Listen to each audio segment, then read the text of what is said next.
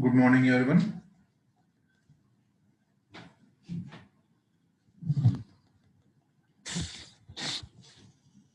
Yes. Sorry for the late. Yes, sir. Okay.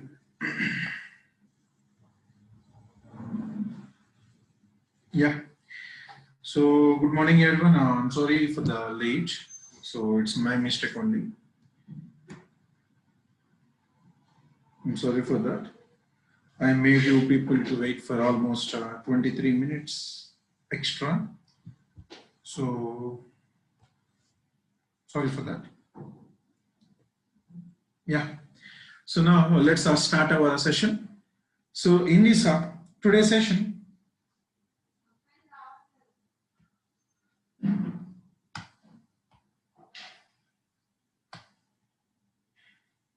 yes.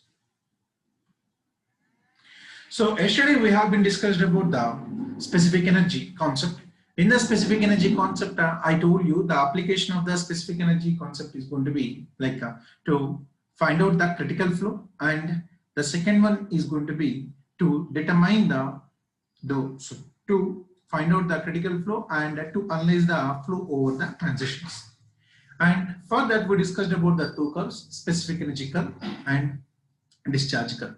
I hope you have gone through those curves. And then we discussed about the critical flow. So in the critical flow, if you see the analysis of the critical flow over here. So what is the analysis of critical flow here? So whenever the critical flow comes into the existence, specific energy is minimum and discharge becomes maximum and Froude number is equals to 1. And whenever it is going to be happen, the velocity head is equals to half of the hydraulic depth. The velocity head is equals to half of the hydraulic depth. And if that is the case, then in the case of rectangle, so by applying this q square by g is equals to a cube by t, we are going to find out the yc and then ec. We are going to find out the yc and then ec. So what is yc? Q square by g to the power of 1 by t.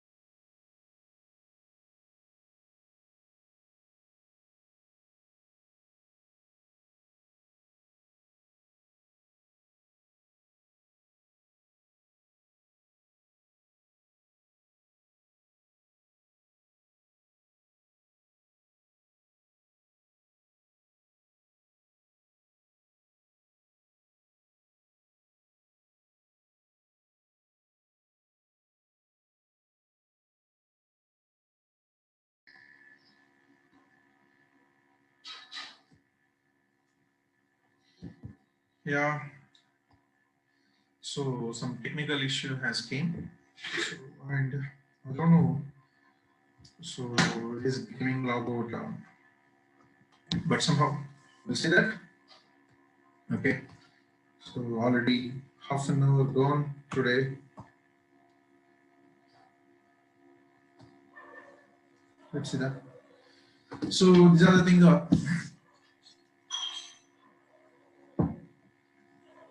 These are the things that we discussed in yesterday's class. Okay. So in yesterday we discussed about how to determine the critical depth and critical velocity and critical energy for rectangle, triangle, and then trapezoid. Now apart from that, once I know this YC, now in yesterday's class, while I was discussing about the specific energy, you go for the specific energy. What is a specific energy means? From the specific energy curve. So this is a specific energy curve, yes. And yet a minimum specific energy, the depth is going to be the critical depth. And above the critical depth, the zone is going to be subcritical zone, and below it is going to be supercritical zone. Yes or no? And for any specific energy other than E minimum, for any specific energy, there exists two depths known as alternate depths. There exists two depths known as alternate depths. So this was the point that we mentioned yesterday. And you see, I have given you the practical scenarios where the upstream and downstream of a flow to the sluice gate, and on the weir, OG weir, whatever the upstream depth, and on the foot of the spillway or weir, the downstream depth. So both are going to be the alternate depths, assuming there is no losses. Assuming there is no losses.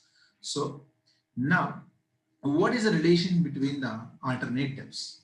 What is the relation between the alternate depths and its critical depth?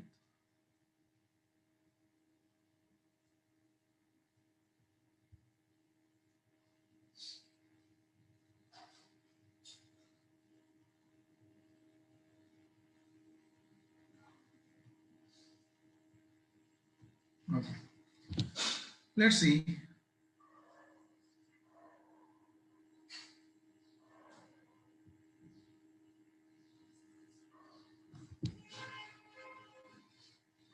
The relation between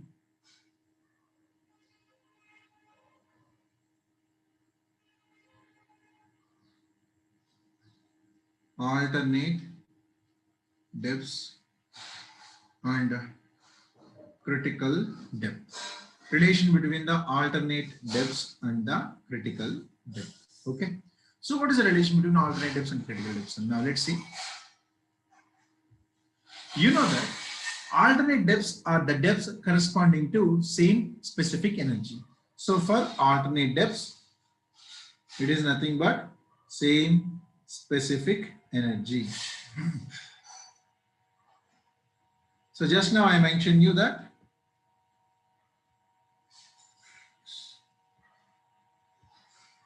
yeah. So you can take this example out. In this example, you can observe this is E1 and here it is going to be E2. Both are going to be having the same specific energy R, and whatever Y1 and Y2 are going to be the alternate depths. So now from that I can write E1 is equals to E2.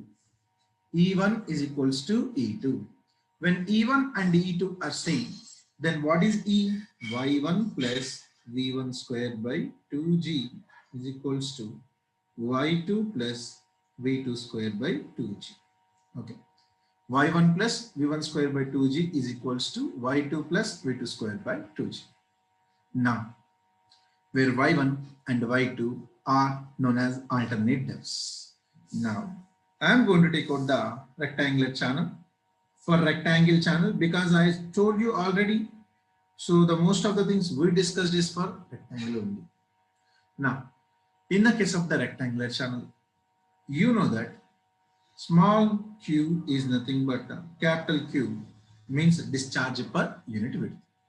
Small q is nothing but discharge per unit width. And can I write this one as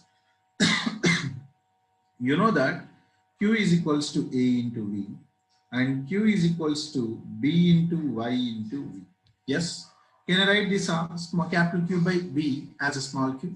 Now I can write this small q is nothing but V into Y. Okay.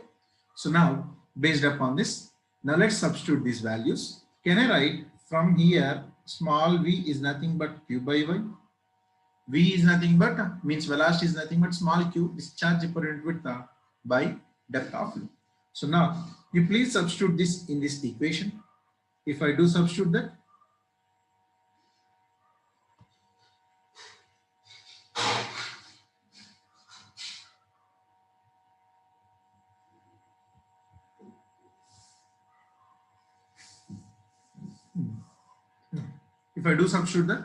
so y1 plus, can I write v1 as a q by y1? v1 as a q by y1 means q square by 2g y1 square is equals to y2 plus, can I write v2 as a q by y2? q square by 2g y2 square. Sir, why you are not writing q1 and q2, sir? Sir, what is q, sir? Discharge per unit width, sir. So discharge constant, assuming there is no change in the width. No change in the width. Now, y1 plus q square by 2g y1 is equals to y2 plus q square by 2g y2. Let's take the q square terms on one side, y terms on the other side. So I can write q square by 2g. You take this q square by 2g to the other side into y2 square y1 square is equals to y1 minus y2. It's up to you. You can write either y2 minus y1 or y1 minus y2, so that according to that you have to change the terms. So now if this is this, then take out the LCM. If you take out the LCM, then q square by 2g y1 square minus y2 square by y1 square y2 square is equals to y1 minus y2. What is a square minus b square? A square minus b square is nothing but a plus b into a minus b. Yes or no? Y1 square minus y2 square is nothing but y1 minus y2 into y1 plus y2. y1 minus y2 into y1 plus y2. So cancel down the y1 minus y2, y1 minus y2. Then what else remaining over here is y1 plus y2. Now, if you do substitute and you send everything to the other side, then q square by g, I can write down this as, you see, I'm writing q square by g on one side. Then I can send this to the other side or not, which means 2y1 square y2 square, 2y1 square y2 square by, what is the numerator over here? y1 square minus y2 square. Here y1 minus y2, y1 minus y2 gets cancelled, and bring that to the other side. It is going to be y1 plus y2. So simply you resolve this one and you can cancel down y1 minus y2. So the other side RHS is going to be 1, and you send everything to the other side. So this is the final equation. Q square by g is equals to 2y1 square y2 square by y1 plus y2. And this is the relation between the alternate depths. Keep that in your mind. For what type of channel I have given this one? A rectangle. For what type of channel I have given this one? That is for the rectangle, not for any other channels. That is for the rectangle. Okay. So now,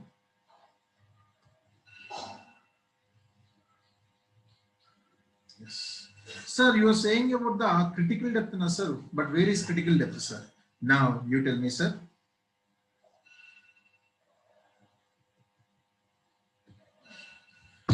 Look, in the case of the rectangle, you know that just in the previous sessions we discussed about. So in the case of rectangle, what is YC? YC is nothing but q square by g put to the power of 1 by 3 r naught in the just previous sessions. And now from this one, can I write this q square by g as a 2y1 square y2 square by y1 plus y2? And what is this q square by g now? So now from this, you can write yc cube is equals to q square by g. And substitute over here, please. So if I substitute, then YC cube is equals to Q square by G means 2y1 square y2 square by y1 plus y2. So this is the relation between the alternate depths and the critical depth. This is the relation between the alternate depths and the critical depth. See, you know that alternate depths means one depth is going to be subcritical, other depth is going to be supercritical. Can I say in other words, whenever the energy is going to be same, whenever the energy is going to be same in a flow, if the energy remains same, specific energy, not the total energy, what is the relation between the subcritical flow, critical flow and a supercritical flow? Because alternate depths means one depth is going to be more than YC, other depth is going to be less than YC. Yes, that's what the meaning of the alternate depths are. So energies are going to be same. Now have a look.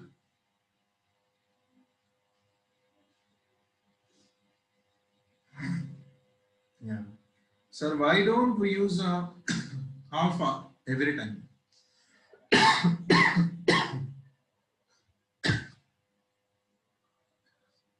Look, see, we don't use alpha because if there is no mention of the alpha, we don't use that. Understood? So as long as I don't mention about the alpha in examinations, in GATE examinations and IAS examinations, they won't mention alpha. Don't worry about that.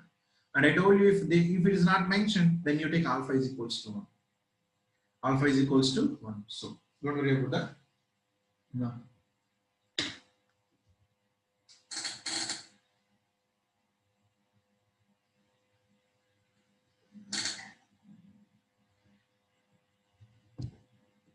This equation is going to be again literally very important, and based upon that in GATE 2018 there were two questions in set 1 and set 2.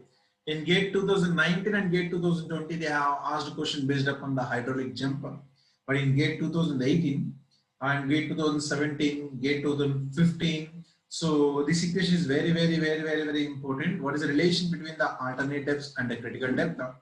Where so Q square by G is equals to 2y1 square y2 square by y1 plus y2. I'll show you the application also. Just wait a moment. Now, next one is relation between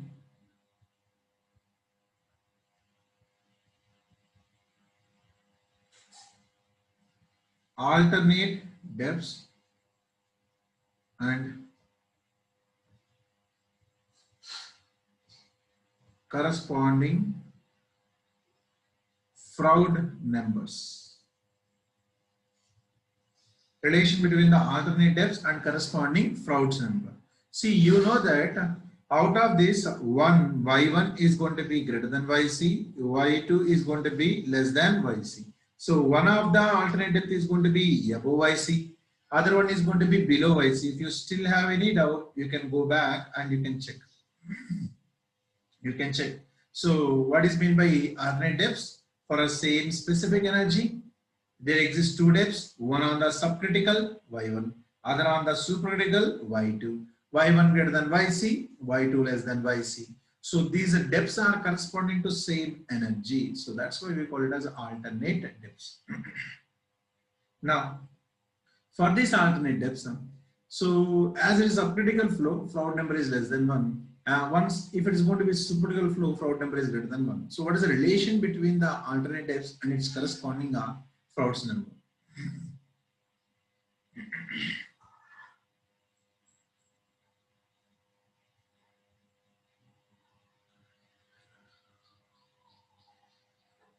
Yes, this is for the rectangle, my dear. This is for the rectangle. Whatever the equation is going to be valid for, this is valid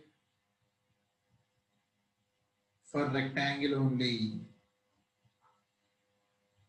And if I say the any other, right, then you have to modify the equation. So now again E1 is equals to E2.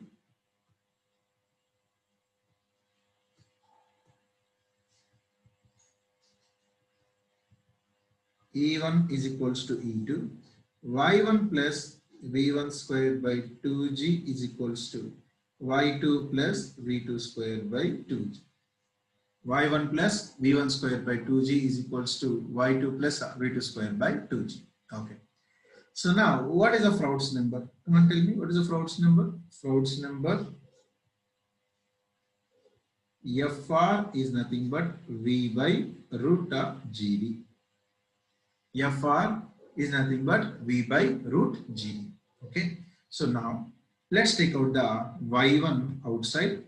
You take the depths common, 1 plus V1 squared by 2G Y1 is equals to y2 into 1 plus v2 squared by 2g y2.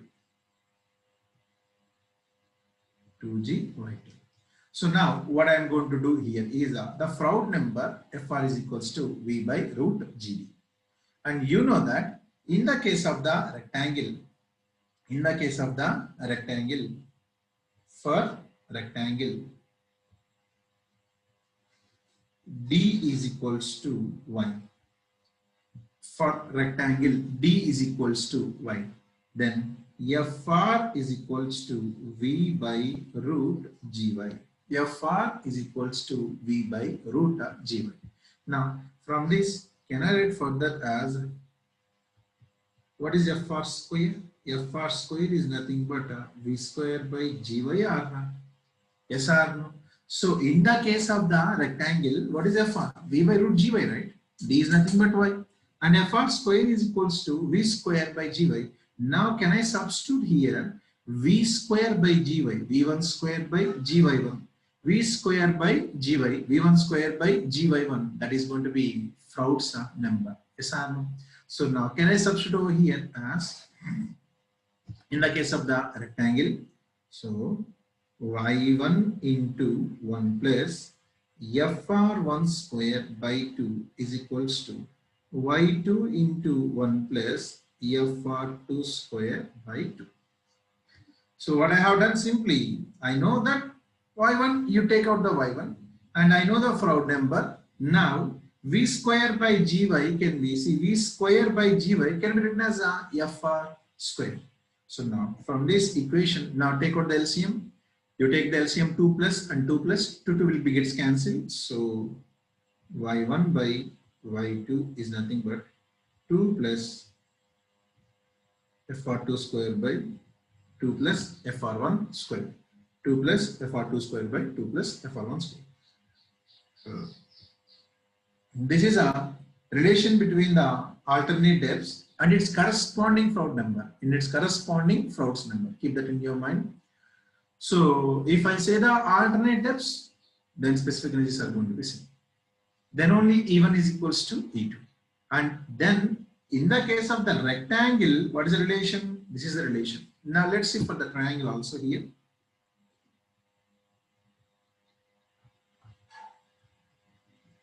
In triangle, D is equals to y by 2.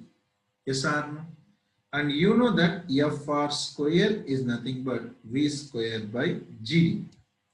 FR square is nothing but V square by GD. And what is D? D is nothing but y by 2 or not. So I can remove this one as, so y by 2.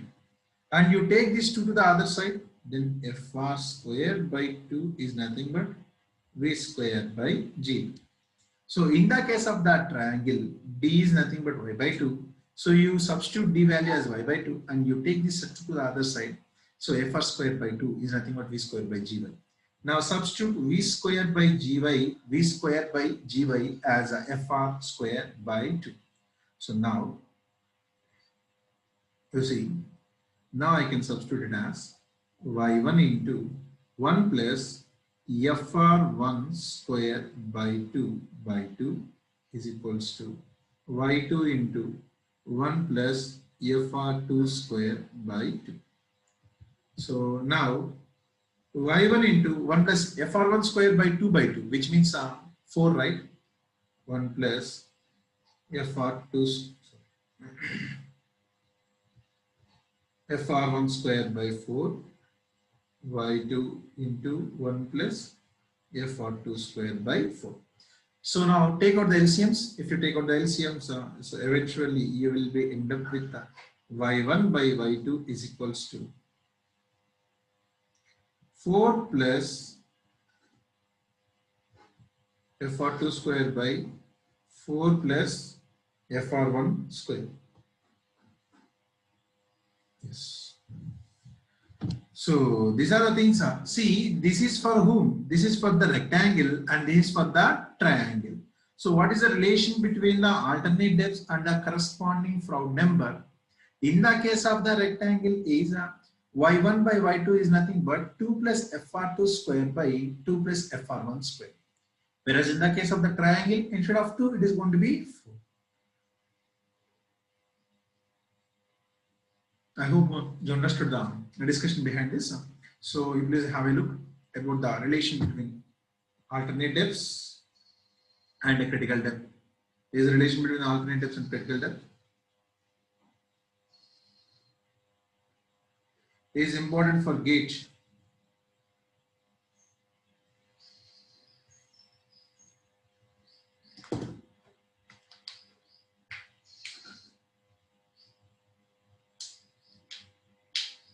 No, sir, for us, design of only critical things are important. No, it's not only the critical things. It's about the other things also important. Okay, so those are nothing. But without all this analysis, we cannot solve the things clearly. How to memorize this? Lots of formulae. Simple. Revise, revise, revise. That's the only mantra. So there is no shortcut for memory. And if you solve more problems now, when you solve more problems, then so you don't need to remember much formulas because you can understand the concepts. Yeah.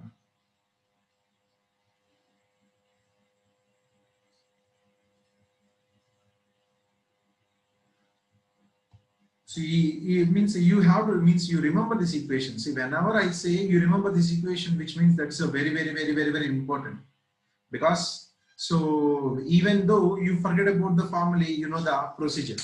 I can give you this equation directly, but if I give you this equation directly, you will go nuts. So that's the reason why I'm not giving this equation directly. I'm deriving this one. So this is the relation between the alternate depths and corresponding Froude's number. So now you please go through this. So what is the relation? So y1 by y2 is equals to 2 plus fr2 squared by 2 plus fr1 squared. Now, I hope you understood this. And let's see one more relation.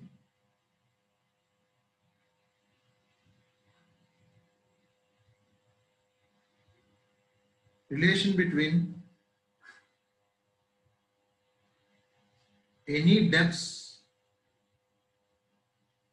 other than alternate depths.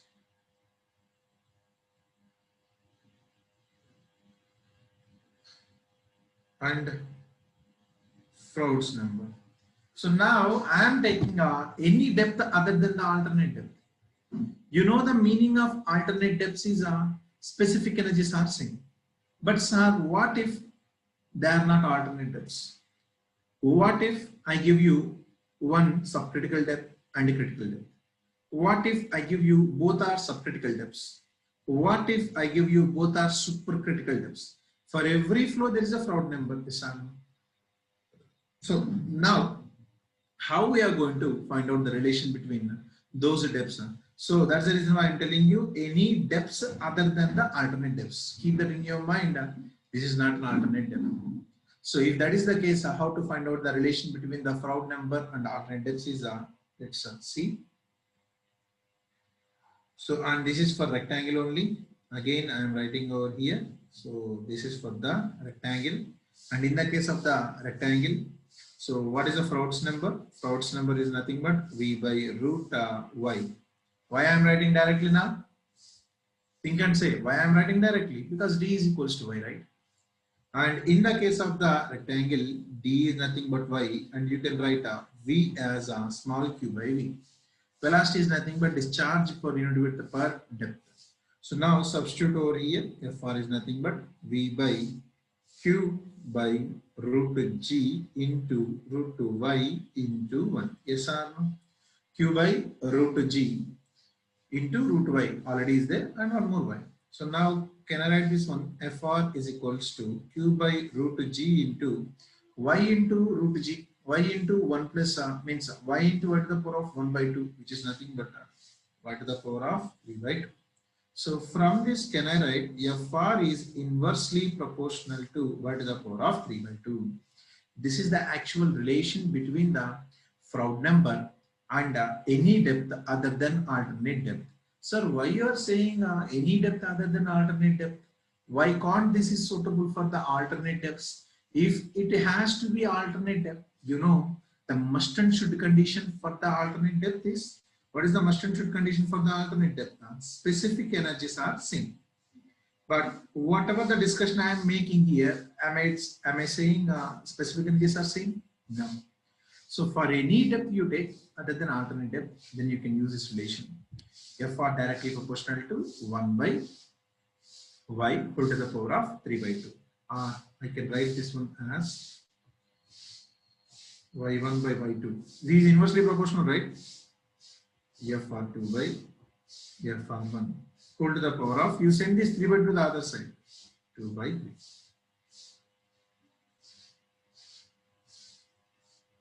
Two by 3. And this equation, the above relation can be used for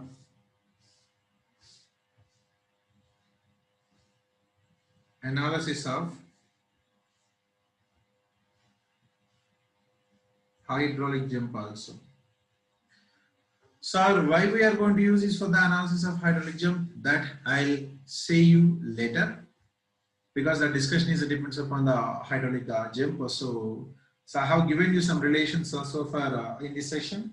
So that relations are relation between the alternate depths, relation between the alternate depths and the critical depth, and relation between alternate depths and Froude number, relation between any depths other than the alternate depths and the Froude number.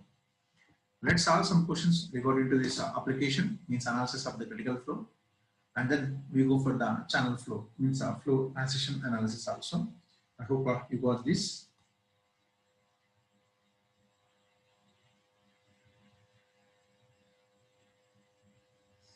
So please provide for other sections also. You don't need to worry about the other sections, my dear, because the questions they frame is on the rectangle. And if it is going to be going beyond that, I'm telling you, you know how to solve these ones. Specific energies are going to be seen. We just equate the specific energy. If they are asking relation between the alternatives and the corresponding Froude number in trapezoidal channel, let's say if they are asking you for the trapezoidal channel. So in the case of the trapezoidal channel, as half of regular hexagon, what is the hydraulic depth? 3 by 4y. So you can solve that, right?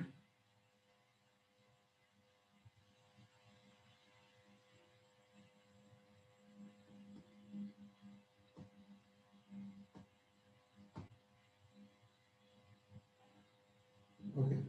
So in the previous section, so we have solved up to question number 7. Now,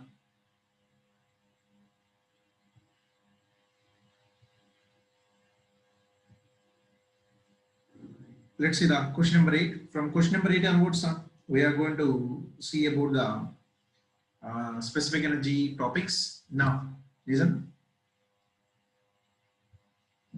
Now, the alternate depths at a section in a rectangular channel are y1 0.4, y2 1.6. So one depth, see, you don't need to say every time y1 is more than yc and y2 is less than yc.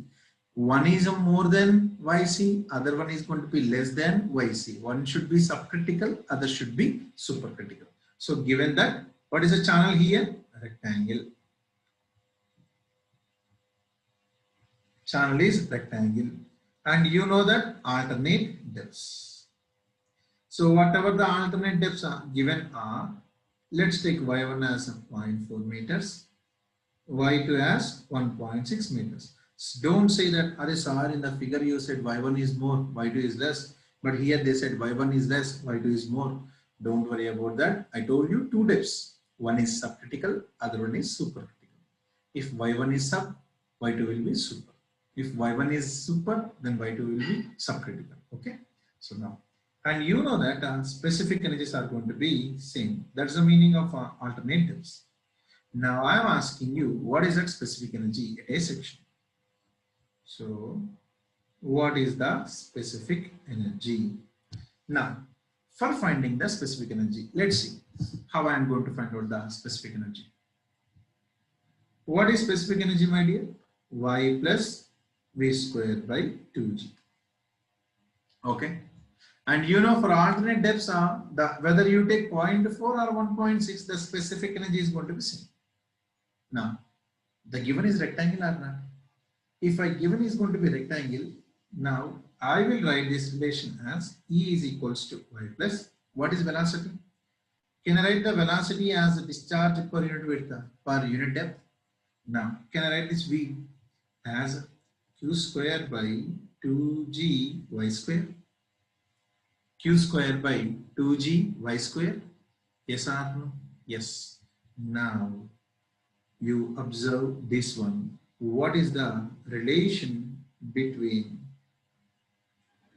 alternate depths?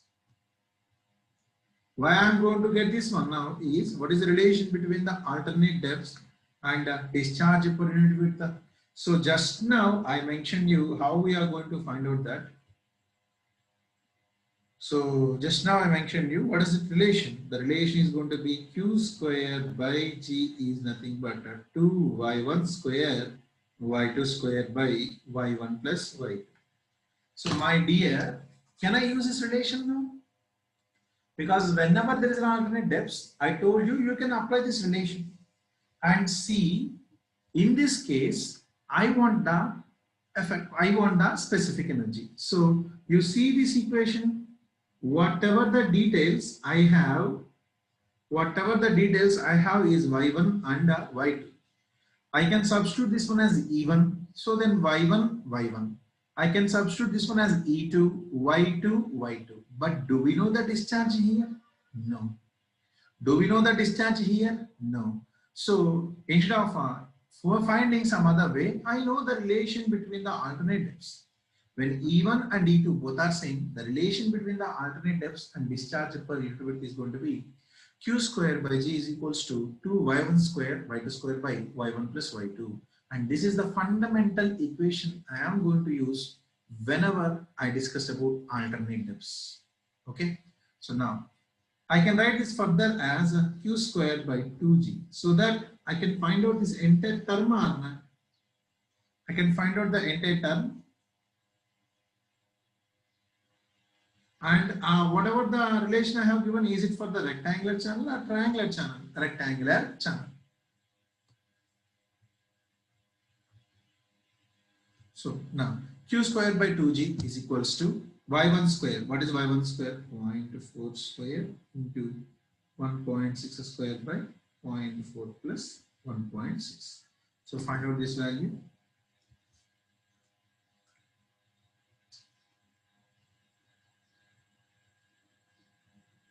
1.6 square by 2. So this value is going to be 0.2048. 0.2048. Now,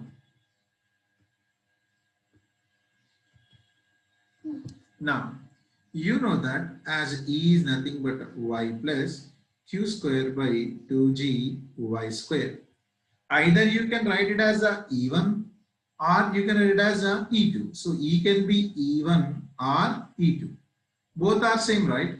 So now I can write this one as a y1 plus q square by 2g y1 square. What is y1? 0.4 plus what is q square by 2g? 0.2048. 0.2048 by y1 square. So 0.4 square. Then what is the specific energy, please?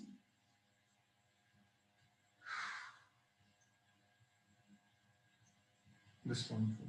So the answer is going to be 1.68 meters. What is the answer? Specific energy 1.68 meters.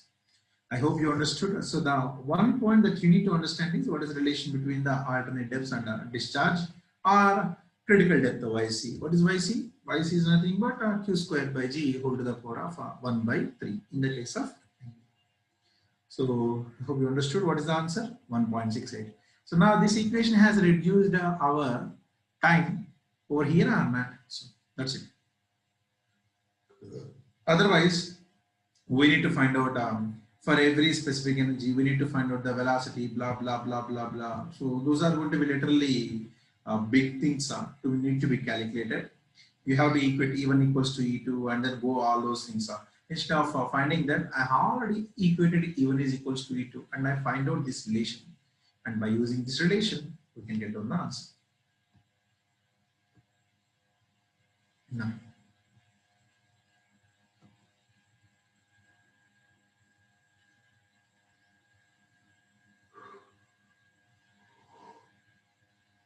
let's see this question. This is a very, very good question. So now, again, in a rectangular channel, so whatever the channel is a rectangular channel. The depth of flow is 1.6 meters. What is the depth of flow, my dear? 1.6 meters. Specific energy at the section E is equals to 2.8 meters. See, these type of questions can be expected in the IES, my dear. These type of questions can be expected in the case of IES or ESE. So, especially in the prelims. Now, the flow is. So, I have to say whether it is going to be subcritical or supercritical or critical or not possible. How come we say the flow is going to be sub or super or critical based upon the Froude number? Either I can go for the Froude number or if I can find out YC, then I can find out the numbers as already given Y. If this Y is more than YC, then I can say it as subcritical, or less than YC, I can say it as a supercritical. But the nearest form is going to be, if I want to know that, then I need to find out the Froude number. Yes or no? And what is Froude number? V by root G. And as it is a rectangle, every time I am writing this, as it is a rectangle, so D is equals to 1. Then what is the Froude number? V by root G. Okay. So if you want to find out the Froude number, what you require is velocity or not. So now what is the unknown thing you have? Velocity. If you want to check the Froude number, you require the velocity. But do you have velocity here? No. So now this velocity I need to find out. How I am going to find out the velocity here is, what is the formula for the specific energy? Y plus V square by 2G. That's it. From this you find out the velocity, please. 2.8 is equals to 1.6 plus V square by 2 into 9.81. So can you please tell me what is the velocity here? 2.8 minus 1.6 into 2 into 9.81. So square, which is going to be 4.852 meters per second. 4.852 meters per second. So that's the velocity. And once you know the velocity, you please substitute that velocity over here. Fr is equals to 4.852 by square root of 9.81 into 1.6. So 9.81 into 1.6. And that root is going to be some around 3.96. And 4.852 by answer. So this is going to be around 1.22. Yes. And this 1.22 means it is going to be more than 1. When the flow is going to be, when the Froude number is going to be more than 1, is it subcritical flow or supercritical flow? This is going to be a supercritical flow, because the Froude number is greater than 1. So the answer is going to be supercritical flow. See, I want to say the flow, right? And for that, what I'm doing is, I'm writing the Froude number, and in it what we require is velocity. For finding the velocity, I have the specific energy. And from the specific energy, I can find out the velocity, and then I can substitute in the Froude number.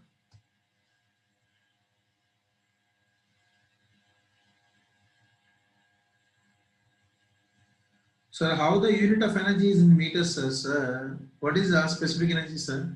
E is equals to Y, sir. What is the meaning of Y, sir? Meters, sir. V square by 2G. Head, nana. This is nothing but head. Head means in terms of meters.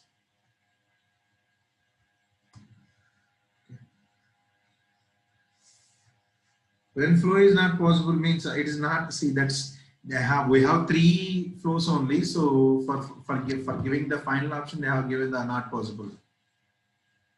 When there is no flow, then it is not going to be possible. If the depth of flow is going to be 0, then there is no flow. So in ESC, can we use G is equals to 10? Yes, you can use G is equals to 10.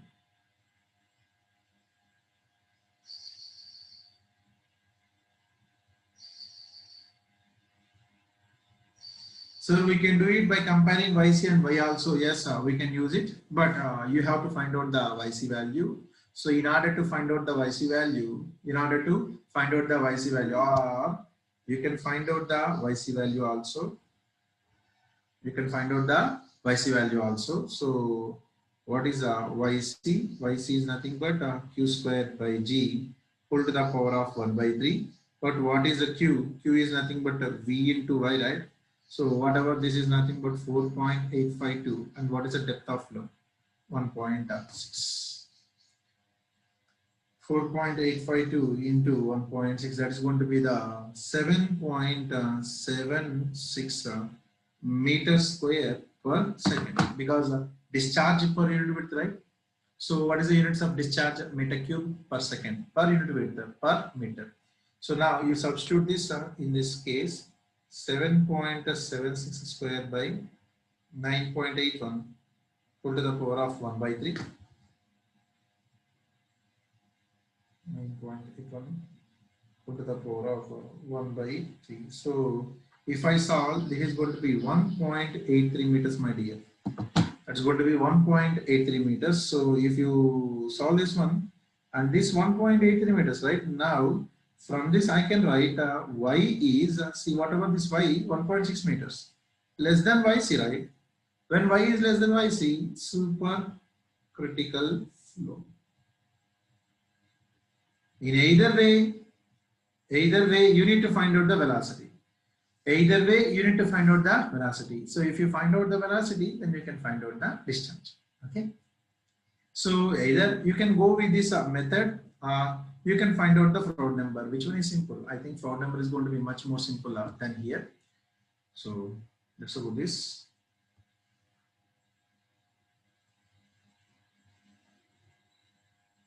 So how easy equals to YC plus D by 2 yesterday we considered. Can I write Y 1.5 YC directly? You can compare. No, sir. Baba, it's not E, it's EC. You are missing a point. What is this? What is this EC? See, this is happening at the critical flow. That's happening at the critical flow. This condition is at the critical flow. This is not going to be every time.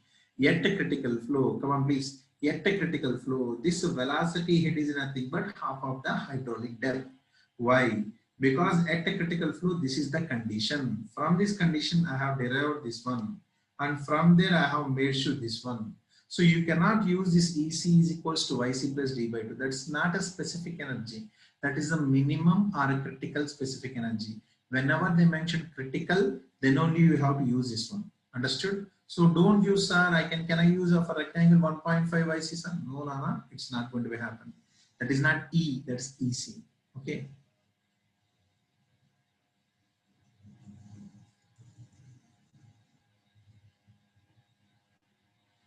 Okay, fine. So I hope you have got this.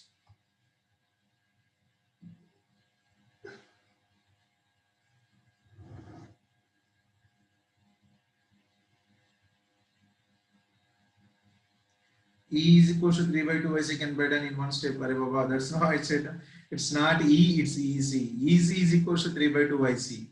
If they say that critical flow, then only you have to use 3 by 2 YC. So don't use 3 by 2 YC every time. If it mentions critical flow, then only use that.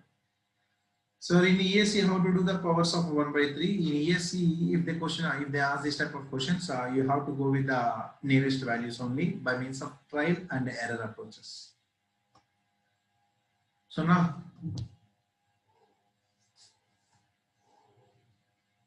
okay, see this question number 10.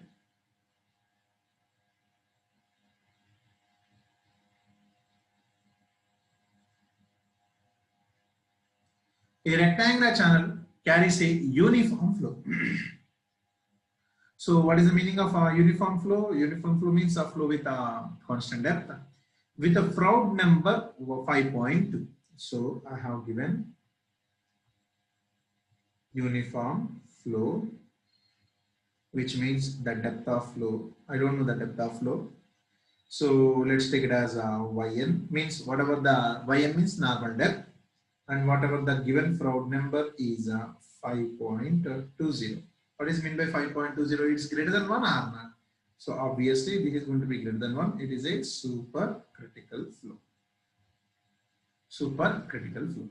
Now the ratio of the critical depth to the normal depth of this flow. The ratio of the critical depth to the normal depth of this flow.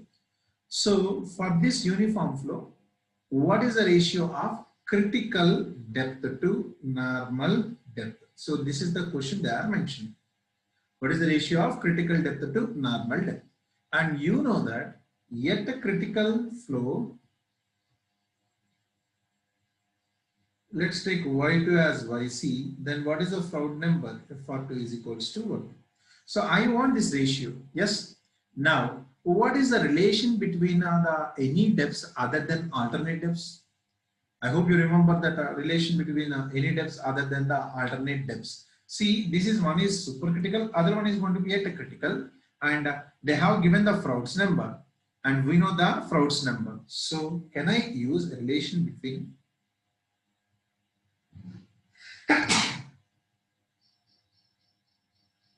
any depths?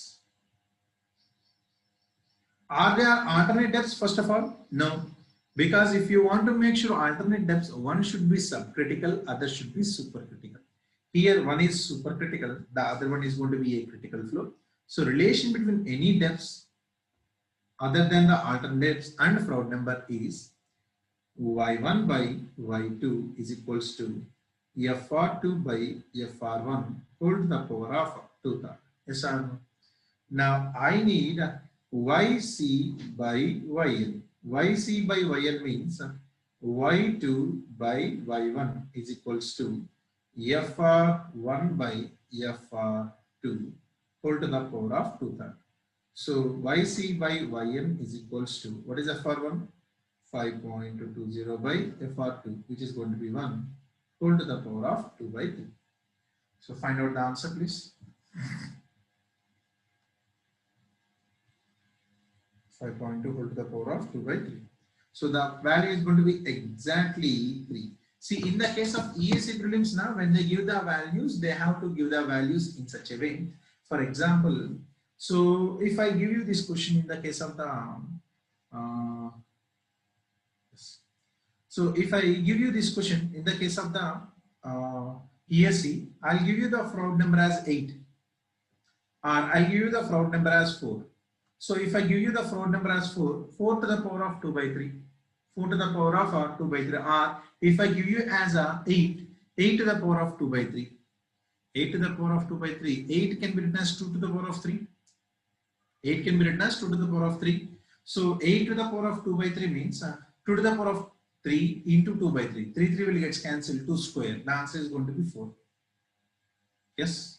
So in the case of the ESC, if they ask this question, they'll change the magnitudes. In ESC, the magnitudes are going to be to simplify, because without calculator, you have to find it right.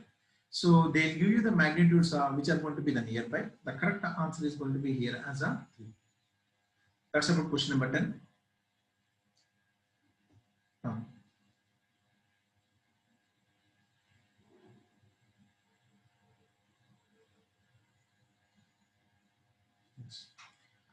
So see this question. In a rectangular channel, the Froude's number corresponding to alternate depths are 0.2 and 0.2 and 4.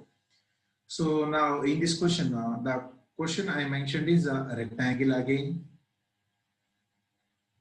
and the Froude's number corresponding to alternate depths are, see, now they are mentioning any other depths or alternate depths. So whatever the Froude's number corresponding to alternate depths are, one is 0.2, 0.2 is less than 1. So FR1 is equals to 0.2, which is less than 1, subcritical flow, and FR2 is given as a 4.0, where Y1 comma Y2 are alternate depths. So now the ratio of the corresponding alternate depths is, in the rectangle, whenever there is a relation between the alternate depths and corresponding Froude number, so can you please tell me what is the answer here? There is a relation between the alternate depths and corresponding Froude's number. In rectangle, y1 by y2 is equals to 2 plus fr2 square by 2 plus fr1 square.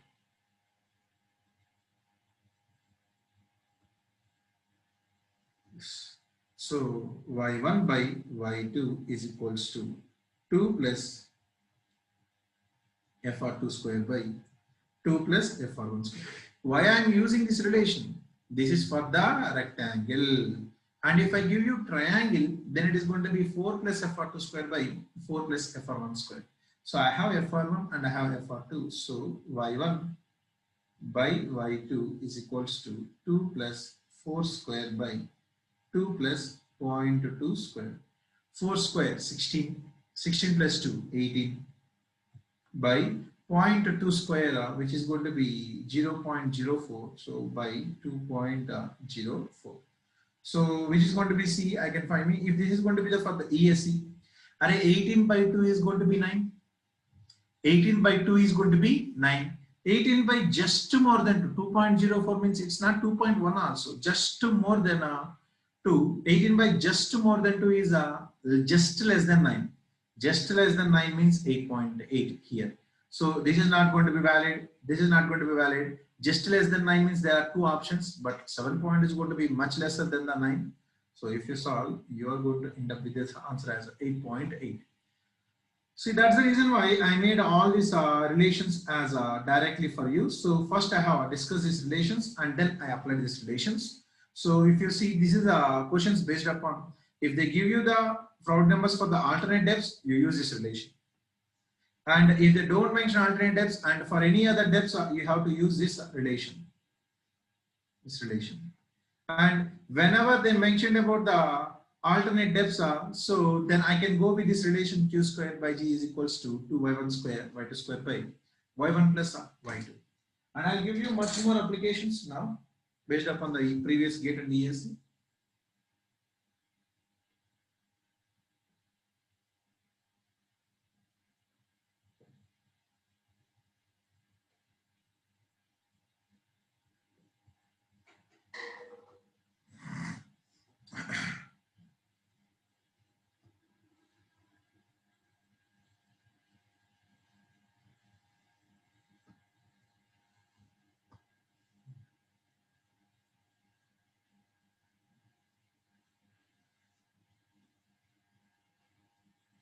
If such a question is asked for the MSQ, the ratio of both will be applicable right now.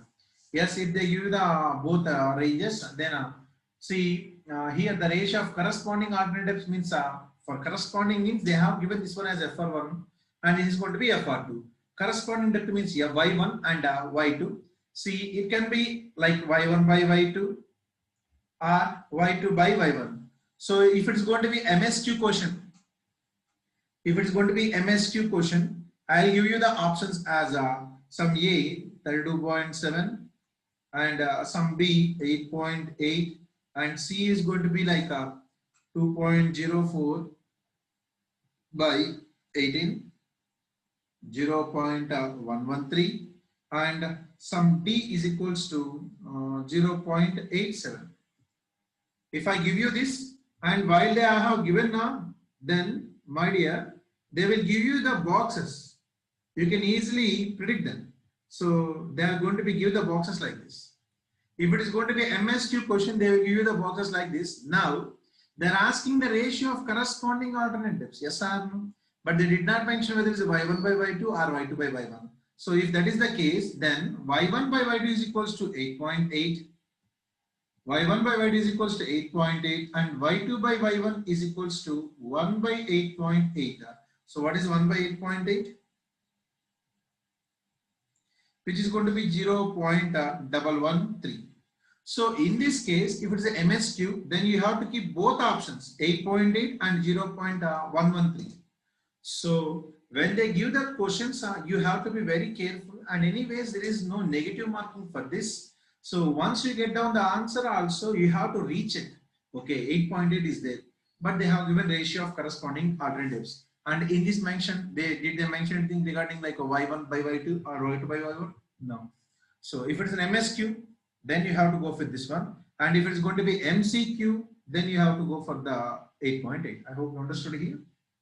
It's a very good doubt, my dear student. Sir, how do we get to know MSQ or MCQ? And sir, MSQ question will come in every subject. How many expected? See, you cannot expect that too many MSQ questions because it is the first year. So there may be a possibility of some 5 to 6 questions, less than 10 questions only, because so they won't go more than 15-20%. Because already out of the 65 questions, so half of the questions, almost half, not a half, 30 to 35% are the NAT, numerical answer type, and remaining are going to be MCQs. Now, as they have introduced MSQ, the possibility is, so they may give less number of questions in MSQ, but we never know. And they did not say that how many MSQ questions are going to become. So it's just a prediction itself. And the number two is, so if it is an MCQ question, the options are going to be with rounds. The options are going to be with rounds. And if it is an MSQ question, it is going to be with rectangle boxes. So the options comes with the rectangular boxes in MSQ. And if it is an MCQ, then they are going to be comes with the circular boxes. Okay. Now, let's come to the critical flow. See, this is about whatever the discussion I made for all these things. 8th question, 9th question, and 10th question, 11th question. This is about the specific energy curve, my dear. So from the specific energy curve, what is the alternatives, and what is the Froude's number, and what is the relation between the alternatives and Froude's number. Now, let's see the critical flow questions. So some of the questions regarding to the critical flow.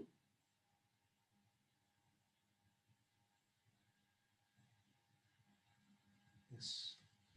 So I hope you have saw this question. A triangular channel this time. See, every time I am focusing over what is the section they are giving. Now this time they have given triangle. So keep that in your mind. Don't blindly go with the question. So if they don't mention anything regarding to the channel, then you can take it as a rectangle. But if they do mention a triangular channel with the side slope is going to be 1.5 horizontal to 1 vertical, 1 vertical to 1.5 horizontal. So which means m value is equals to 1.5. 1 vertical to m horizontal, right? 1.5. Carries a flow in a critical state at a specific energy of 2.5. Now, what is the critical flow specific energy? So the EC is given as 2.5 meters. And what is the discharge in the channel? So now the flow is in which state? Critical state. When the flow is going to be critical state, then what is the discharge? Okay. Now, as it is a triangle, EC is equals to 5 by 4 YC. If you have any doubt, you please go back.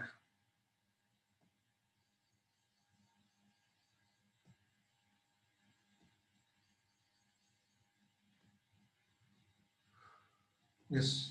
So what is of a triangle EC? EC is nothing but 5 by 4 YC. EC is nothing but 5 by 4 YC.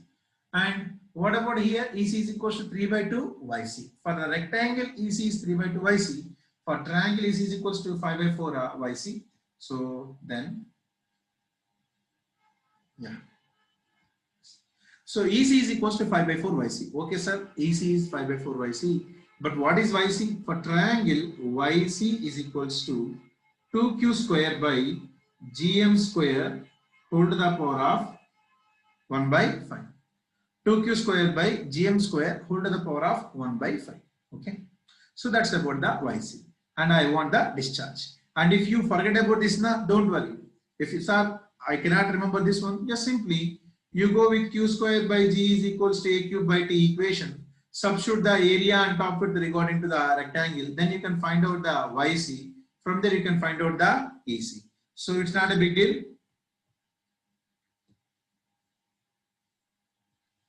But you must have to remember the rectangle.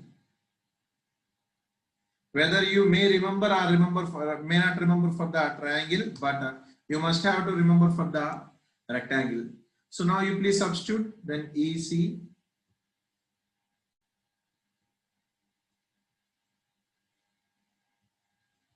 is equals to 5 by 4 into 2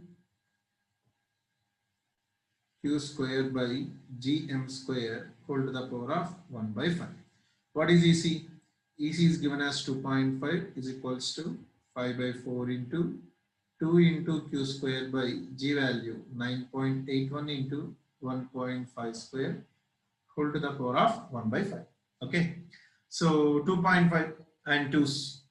2.5 into 4, 10. So 5 2's. Now please solve this one and let me know what is the discharge value. Find out the value.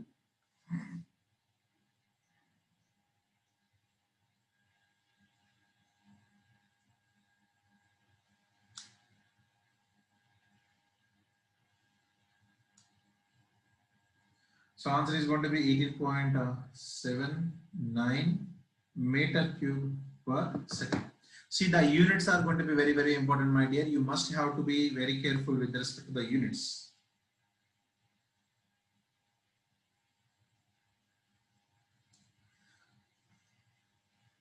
What happens when you select only one correct answer for MSQ? If you select only one answer for MSQ, then you won't rewarded any marks. You won't get rewarded to any marks, okay?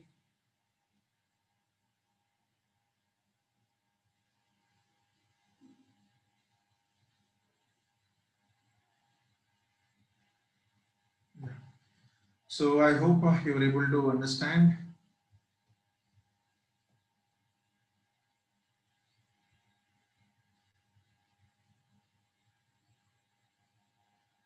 So I'm typing a question. It's almost 8:33.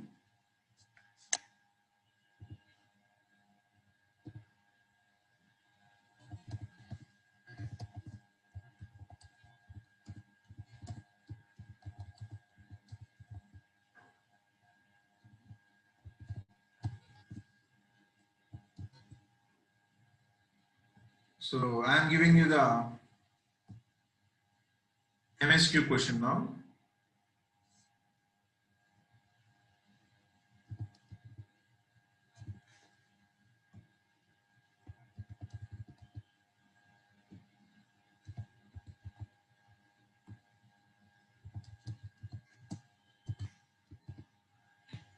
So the question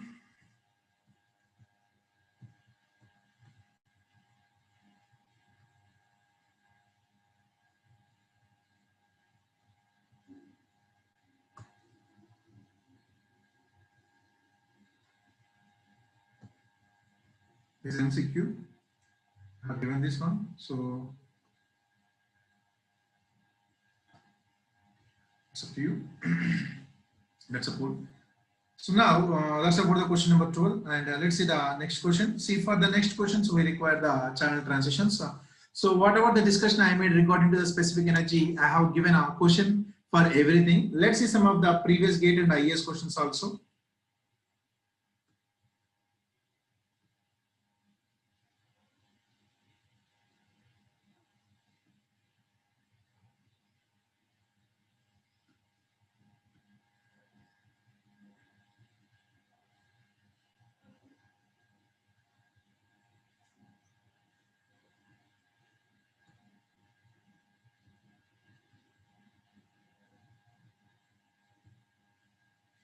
You see here, so this is one of the previous ESC question. I hope you are able to see this. Is it clear for you? Yes. So consider the following statements in regard to the critical flow. Consider the following statements in regard to the critical flow.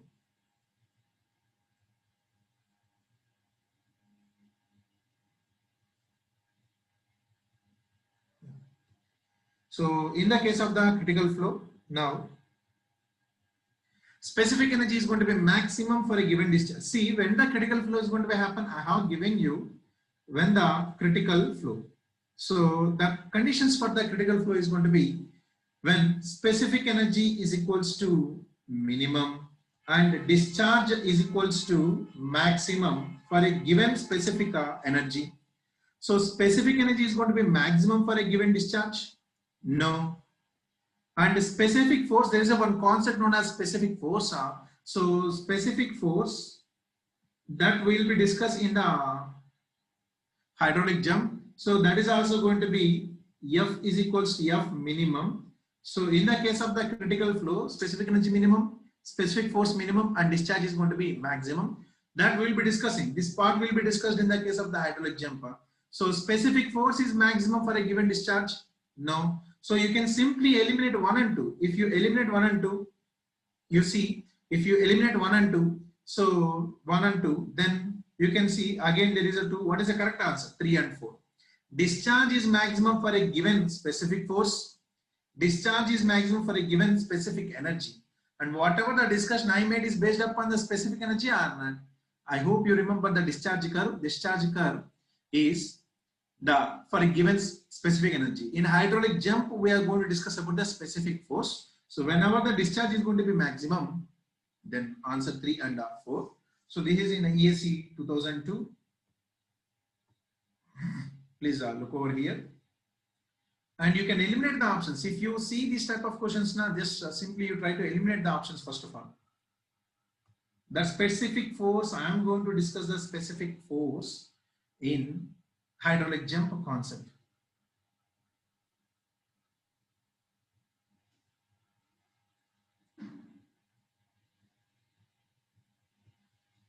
Okay.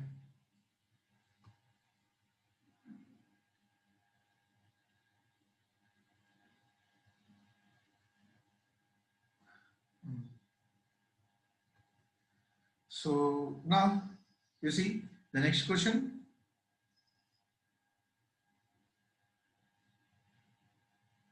The momentum correction factor. See, I have given you the correction factors right now for the momentum correction factor and kinetic energy correction factor. So the momentum correction factor beta is equals to, I have given as a integral of V square into dA by average square into A. You see, integral of AV square into V square dA, that integral is going to be over an area, right? Over an area. And this is going to be AV cube. See, this is nothing but the answer beta. And what about this one, sir? AV cube is going to be alpha, right? What is alpha? Kinetic energy correction factor. So the momentum correction factor is nothing but beta. Whatever the momentum correction factor is going to be the beta. So for the alpha, it is going to be integral of V cube dA by AV cube. So they won't ask you a question regarding to how to solve the alpha and beta, but they'll give you the questions like what is the equation alpha and beta.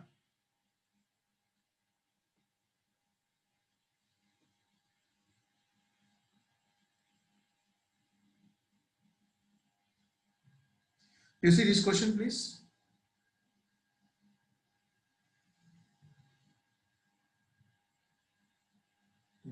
This is one of the previous ESE 2006. Now you can understand a hydraulically efficient trapezoidal section. What is meant by hydraulically efficient trapezoidal section? Half of regular hexagon. So this is a hydraulically efficient trapezoidal section of open channel flow, carries a water at an optimal depth of 0.6 meters. Carries a depth of optimal depth of 0.6 meters. And if the Chages coefficient is going to be, what is the Chages coefficient? 75. And the bed slope is going to be 1 into 50. What is the discharge passing through the channel? So they have given the depth, the optimal depth is going to be 0.6 meters. What is the discharge? So this time Q is nothing but A into V. And I told you clearly, if there is nothing mentioned, then only you go Mannings. But they have given Chages, right? So change is constant means C. Then Q is nothing but area into C into root RS. And you know that for efficient trapezoidal, in the case of the efficient trapezoidal, area is nothing but root 3 y square. So root 3 into y square is nothing but 0.6 square. So this is going to be the, without calculator you cannot solve this one, but they have this question. But see, why I want to approach this question is, see the concept you know. And what about the hydraulic radius? R is nothing but y by 2, which is going to be 0.6 by 2, which is going to be 0.3. And now, some of the people here, you need to know whether you are going to attempt this question or not. You know the concept is going to be there, and you know how to solve this question also. But can you solve without calculator? And if I am there, if I see this question, I'll simply skip the questions. In ESC, it's not about you have to attempt each and every question. It's about you need to know when to skip, when not to skip. When to skip and when not to skip. Though you know the concept, this question I simply skip it because I know that it is going to be too much amount of discussion and too much calculation is there. I don't want to spend more amount of time because I have to attempt 150 questions out of 180 minutes. So if I spend more time for this question, I'll be spending less time for the other questions, which may be very easy questions. And I may end up with the wrong answers for the easiest questions also. So what I do is I'll simply skip this question at first. I'll do the remaining questions. And at the end, if I have a time, then I come back and I'll solve this question. Else, I'm not going to touch this question. Because if you don't touch it, you don't get any negative mark. But if you do it and if you're going to get something wrong, then definitely you're going to get the negative mark, right? So now you please substitute these values over here. Q root 3 into 0.6 square into 75 into R 0.3 into slope is going to be 1 in 250. So you please solve this one. And without calculator, you cannot solve this one. Into 75 into 0.6 square into root 3. So the answer is going to be 1.62. When you see this much amount of the calculations in the ESC, you please skip that question. And if it's a gate, you can get down these answers directly in the case of the gate examination. So this is going to be 1.62 meter cube per second. I hope you can see this question. Yes.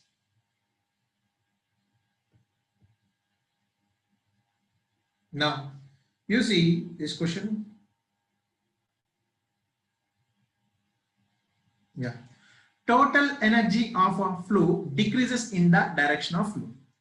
Total energy of the flow decreases in the direction of flow. Yes or no? See, you know that always the total energy line is equals to falling. Always total energy line is going to be falling. And if I mention, if it is a frictionless channel, then total energy line is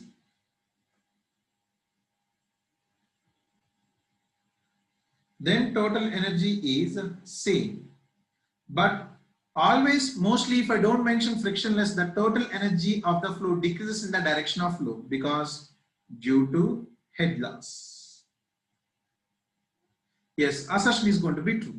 But what about the specific energy? The specific energy may decrease or increase or remains constant because you know that when the specific energy, when the channel bed rises, specific energy decreases. When the channel bed drops, specific energy increases. When the channel bed remains constant, specific energy is going to be constant. So that specific energy depends on channel bottom. That depends upon the channel bottom. So specific energy, it may decreases, it may increases, or it may constant. I said you this point clearly. So the reason is also going to be correct. The specific energy may decrease or increase or remains constant. Assertion is true and reason is also going to be true. But the biggest question is, does assertion and reason, does reason is a correct explanation for assertion? No, reason is not correct explanation for the assertion. What is the reason for the assertion? That is due to head loss, the total energy is going to be decreases, not due to the specific energy increase or decrease. Both are true. Assertion and reason both are correct, but R is not the correct explanation of E. So answer is going to be B. Both A and R are true, but R is not a correct explanation of the E. So these are some of the ESC questions, and we'll solve the remaining questions. So let's have a small break for 15 minutes. It's 8:45, and I'll come with the 9 o'clock. We'll start with the 9 o'clock. Please have a small break.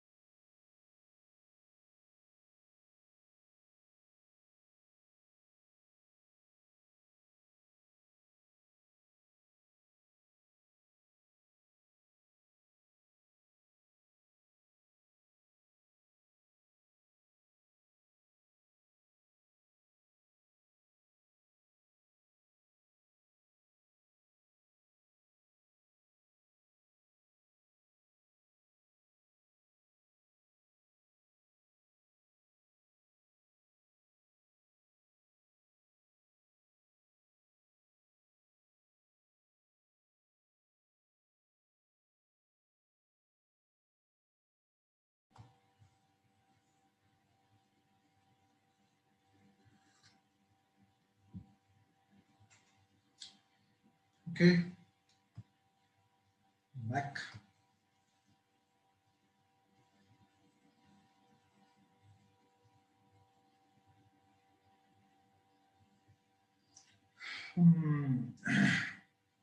Okay, so I hope people are there. I think you have taken this question as a MCQ, means the poll is like a MSQ. So I got 60% up to very good and good.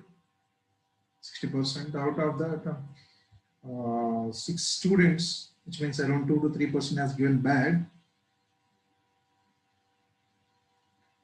and remaining people as an average. So I got around 70 to 30 ratio. Fine.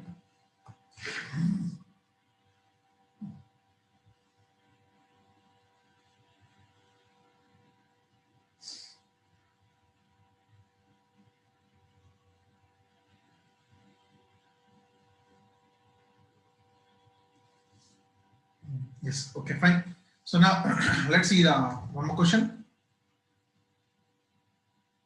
So these are about the previous ESC questions.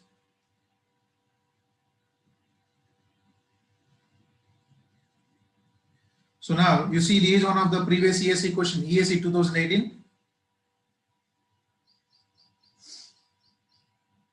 So I have explained some questions earlier. Now this is ESC 18.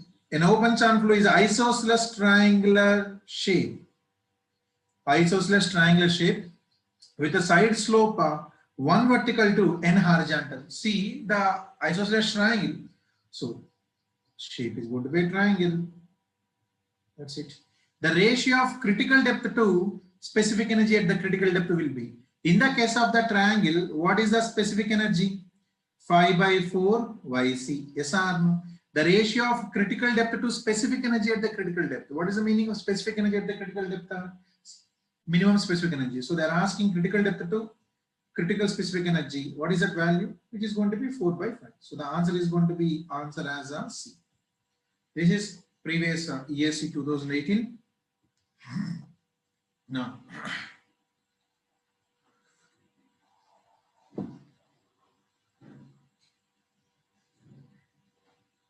yeah. So now let's come to the some of the previous gate questions. So far, whatever the discussion we made, it is most appropriate to say that uniform flow in an open channel occurs when there is a balance between. See, I said you in the case of the uniform flow occurs when the driving force is balanced by the resisting force. Yes or no? And this driving force is due to whom? Gravity. The driving force is nothing but the gravity, and the resisting force is due to whom? Viscosity. So the uniform flow occurs when the driving force means gravity force is balanced with the viscosity. Viscosity means frictional forces. So gravity and frictional forces. Driving force is due to gravity, which is nothing but W sine theta, and this is nothing but tau into area.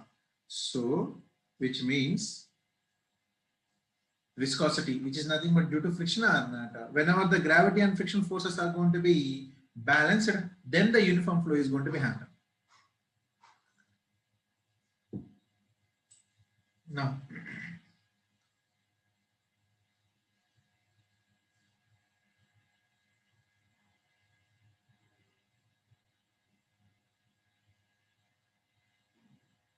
yes, you see this question. This GATE 2011 as a one more question. GATE 2011 as one more question. For a given discharge, the critical flow depth in any open channel depends on. For a given discharge, the critical depth in any flow. See, whatever the critical flow, what is the critical flow condition? The critical flow condition is Q square by G is equals to A cube by D. A cube by T. Yes or no? So from this only, if it is a rectangle, what is YC value? YC is equals to Q square by G whole to the power of 1 by 3. And if it is a triangle, YC is equals to 2q square by gm square whole to the power of 1 by 5. Yes or no? And if it is going to be trapezoidal as a regular hexagon, as regular hexagon, yc is equals to 4q square by 9gm whole to the power of 1 by 5. Is it? Yes. Q square by g and root 3 y square.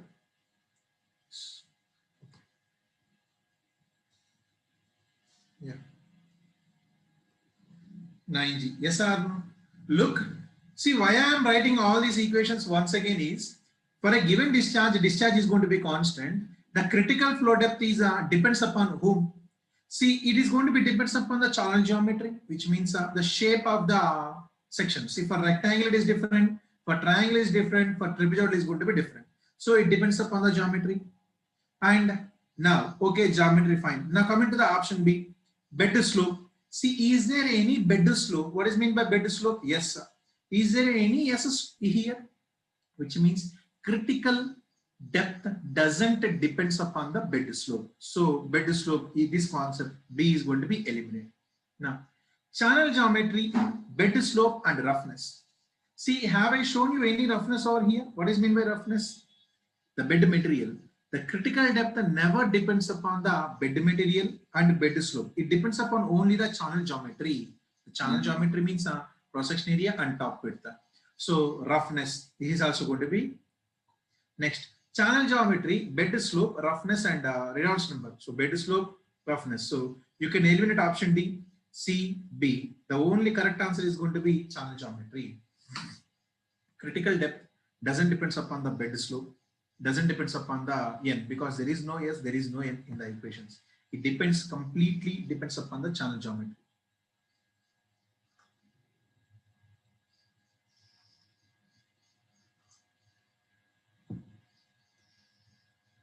Next. So this is GATE 2011 as a 1 mark question.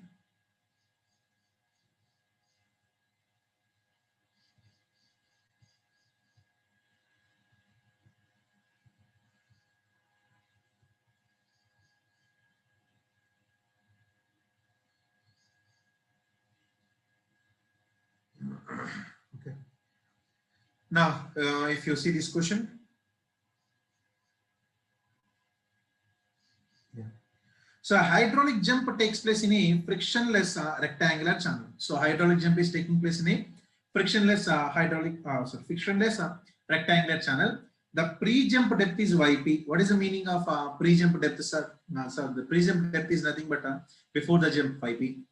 The alternate and sequent depths corresponding to YP are YA and YS. The correct relationship, see for this one, I will go to the hydraulic jump, and once I complete the hydraulic jump, then I can say you the what is the meaning of the sequent depth. So the sequent depth means that I'll say you later. So while we're discussing about the hydraulic jump, there we'll discuss this question. Let's go for the next question. And this question we have been discussed yesterday.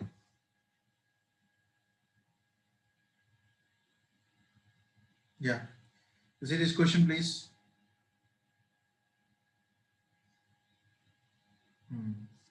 So now, my dear, this is GATE 2000 2 marks question. Water is flowing at a depth of 0.1 meter with a velocity of 6 meters per second in a rectangular channel. The alternate depth.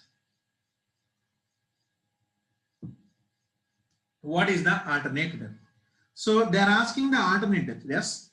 So one depth is going to be 0.1 meter and the velocity is going to be 6 meters per second. I am asking you, what is the other alternate depths? So for that, what I am going to do, right? I know the velocity and depth of flow, right? With the velocity and depth of flow. So from this, I can find out the discharge per unit weight.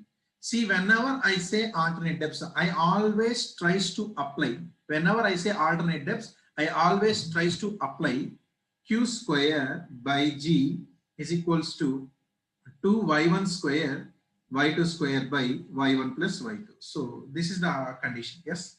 Now I want to find out the y2. For that I require Q, right? So in the case of the rectangle, you know Q is nothing but V into Y. Q is nothing but V into Y. So V1 Y1 0.1, sorry, 6 into 0.1, which is going to be 0.6. Now substitute over here, 0.6 square by 9.81 into 2 into 0.1 square into y2 square by 0.1 plus y2. Please try to solve this one and let me know the value.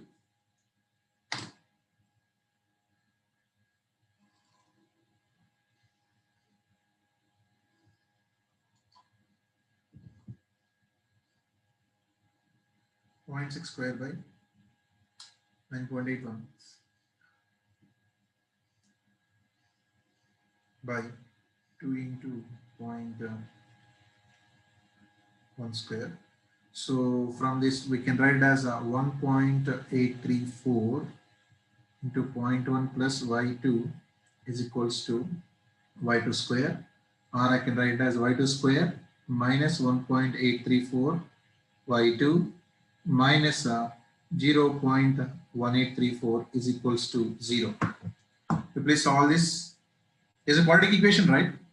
So the quadratic equation from this y2 is equals to minus b.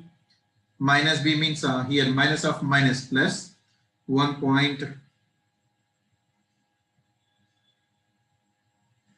So y2 is equals to minus of minus plus 1.834 minus b plus root of b square minus 4ac. 1.834 square minus 4ac. Minus of minus, again it is going to be plus 4 into ac. 1 into 0.1834 by 2 into a 1. So you please solve this one. 1.834 square plus 4 into 1834 root of answer plus 1.834 by 2. So the answer is going to be, what is that? Have I done something wrong?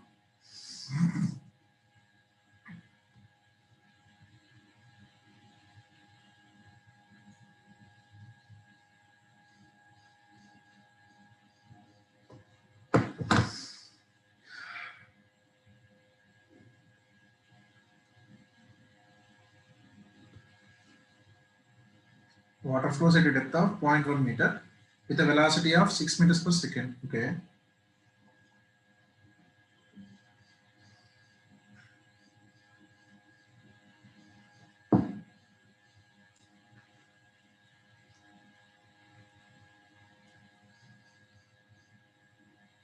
The alternate depth. Okay, so for finding the alternate depth, you have to use this relation only. But let me see. Have we done any wrong over here? I hope you people are solving this. Have you got the answer? If you have got the answer, just post it over here. So 6 into 0.1 is going to be 0.6 meters squared per second. Okay, q squared by g. And 2 into 0.1 square. So 2 into 0.1 square, 0.6 square by 9.81 into 2 into 0.1 square. That is 1.834 into 0.1834 only, right? So for solving this, how much value you are getting? Just tell me that.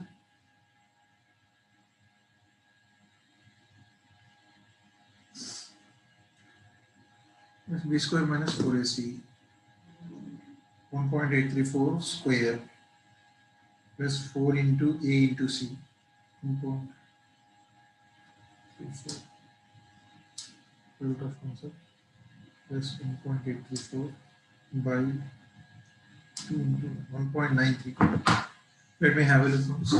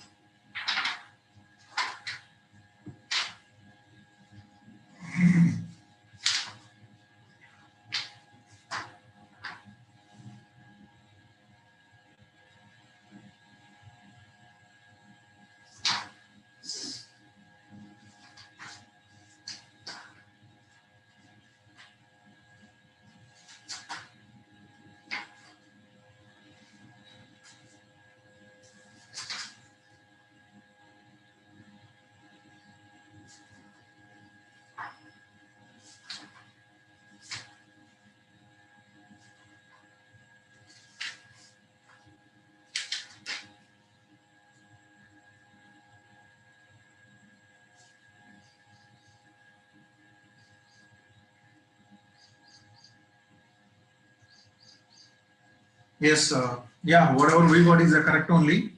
There is no answer. See, once you solve, we are going to get this y2 value by means of minus b plus or minus root of b square minus 4ac by 2. You may substitute and you are going to end up the y2 values as a 1.929 meters. So no answer here. This is a no answer over here. So there was no answer.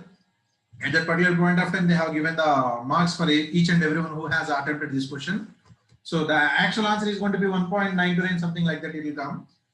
So whatever the procedure we have been approached is same, correct only. But the final answer, they have not given the correct answer. No answer over here.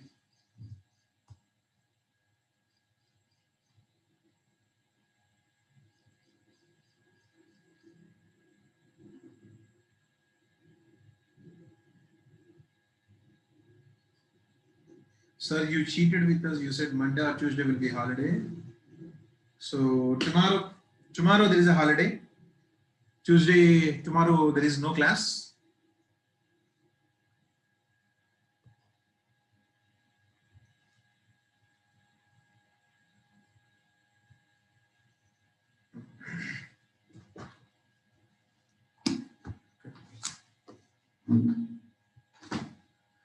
Now let's see the next questions.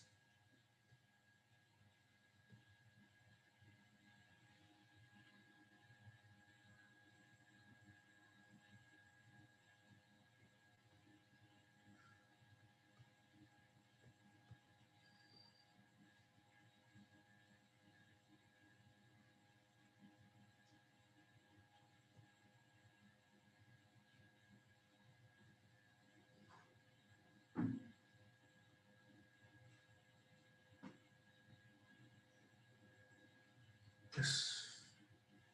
So see this question, this is a previous 2 marks question.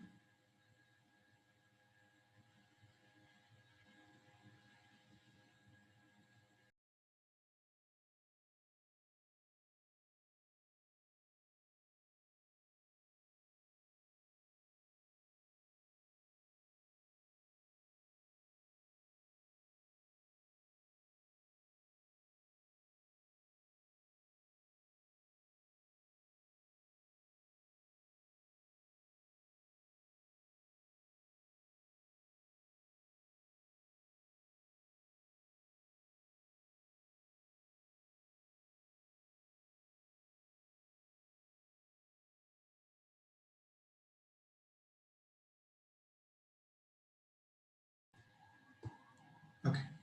So now for a rectangular channel section, group 1 is the geometrical elements for a hydraulically efficient section. So for the hydraulically efficient section, sir, and whatever the rectangular channel, the channel is going to be the rectangular channel. This is a 2 marks question in GATE 2010. Group 1 and group 2. As simple as that. In the case of the rectangle, I already mentioned you, if you want to make sure the rectangle is hydraulically efficient, if you want to make sure rectangle is hydraulically efficient, what is the condition we required? The top width is nothing but the 2 times of the sides, which means B is equals to 2y. So if you can apply this condition, then you can find out everything. So what they are asking is a top width. So what is the top width here? First one, top width is equals to T is equals to B is equals to 2y. Yes or no? For the top width is going to be 2y. So I can write here as this is nothing but 3. Now, simply directly you go to the options. You don't waste much of time in the examination. For A, where is 3? Yes, there are 3 options are there. So you eliminate A, means option A. And now coming to the perimeter. So you know the weighted perimeter is nothing but B plus 2y. So B is nothing but 2y. So which is going to be 4y. So what is weighted perimeter? 4. So for perimeter is going to be 4. Then you can eliminate option B also. Now the answer lies between C and D. Now what is 3? Hydraulic radius. So in the case of the hydraulically efficient rectangle, the hydraulic radius is going to be R is equals to y by 2, which this is going to be 1. So eliminate D. The correct answer is going to be C. And what about hydraulic depth? You know the hydraulic depth always is going to be depth of flow. So this is going to be 2. That's it. So the correct answer is going to be C. See, in the same question, instead of rectangle, I can give you triangle. What is that? In the same question, instead of rectangle, I can give you triangle. Or I can give you trapezoidal section also. Or I can give you any other section also. Can't you find it out? Yes, you know, for the hydraulical efficient, for rectangle and triangle, top width is equals to 2 times of the sides. And for the triangle, for the rectangle and trapezoidal, for the triangle, the side slope m is equals to 1. You remember those? So these are the one of the questions that we have been already discussed based upon the velocities. Yes. Yeah. So I want you people to look over this question clearly. This is a very, very, very good question.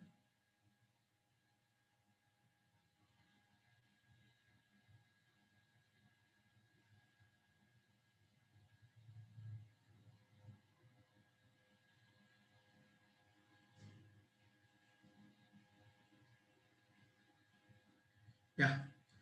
So now this is a gate 2017 set to 1.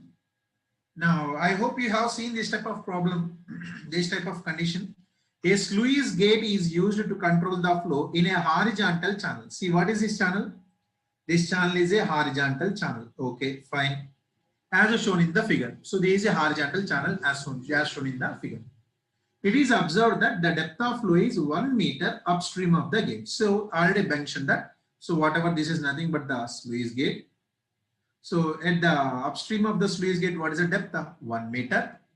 And while the depth is 0.2 meters downstream of the gate. So they have given 1 meter on the upstream and 0.2 meter on the downstream.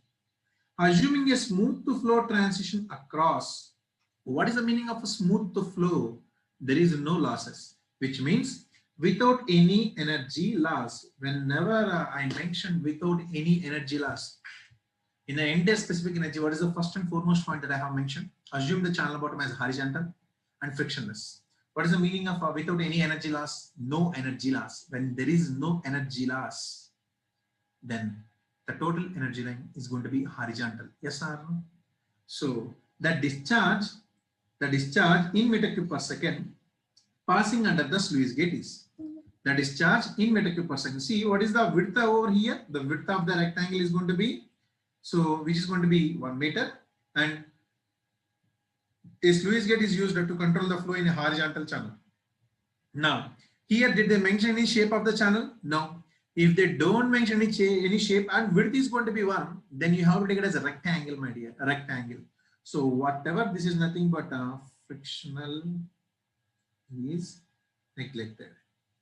When you neglect the friction, then whatever this line, this is going to be the total energy line. And my dear, whatever the total energy, specific energy, this is E1, and specific energy, here it is going to be E2. Now, I hope you have seen this example while I was explaining the alternate depths. Have you? If you remember that. So now here E1 is equals to E2 because I neglected the friction. When friction is going to be neglected, total energy line is going to be horizontal. And as the channel bed is going to be horizontal, then E1 is equals to E2 because as when there is no change in the channel bottom, no change in the specific energy, which means Y1 comma Y2 are alternate depths. Y1 comma Y2 are alternate depths. So if they are going to be alternate depths, then Q square by G is equals to 2Y1 square Y2 square by Y1 plus Y2. What I am asking you is a discharge, capital Q. Yes or no? First you find out the small q, then you can find out the capital Q also. So first you find out the small q. Now Q square by 9.81 is equals to 2 into 1 square into 0.2 square by 1 plus 0.2. So what is the Q value?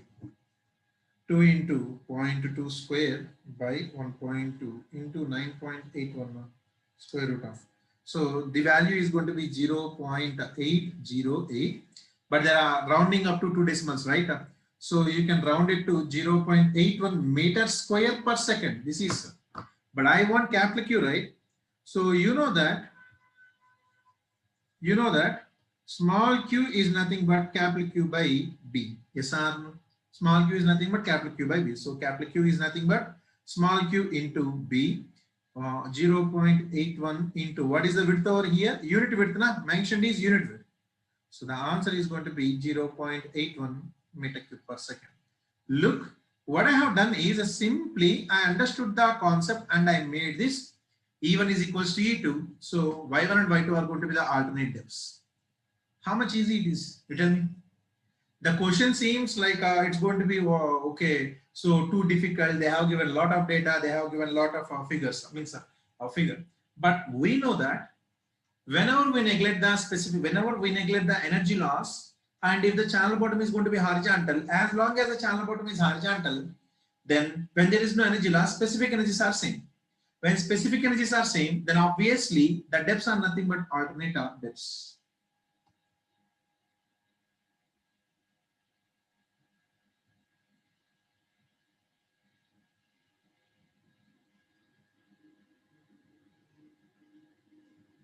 Okay, already they mentioned the specific gravity as a 10, right? So fine. If you substitute it as 10 also, then that's not an issue. I'm sorry for this. This is going to be the 10. If you solve by means of 10, 2 into 0.2 square by 1.2 into 10 square root, even then it is going to be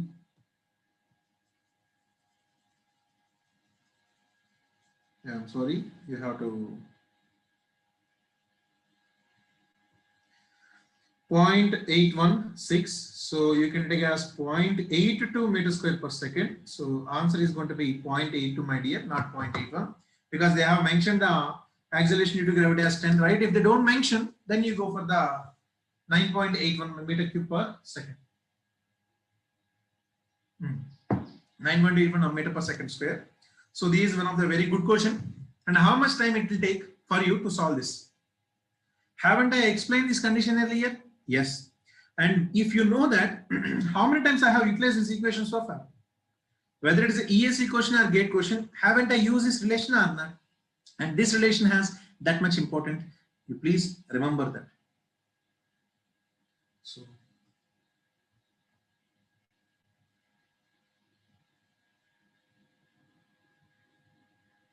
what if they have not mentioned the horizontal? If they don't mention the horizontal, then what you do is you make sure the relation between the specific energy. If channel bed is going to be rises, E1 is nothing but E2 plus delta Z, right? Then you have to go for the entire procedure. And that we'll be discussing later for the channel transitions. So still see the specific energy has not completed still.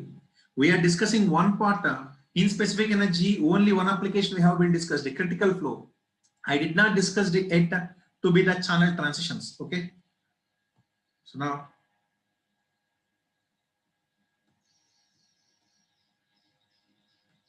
yeah. So these are the some of the gate questions I want you to understood. So remaining questions are going to be the hydraulic jump, and we have solved this question. Yes. So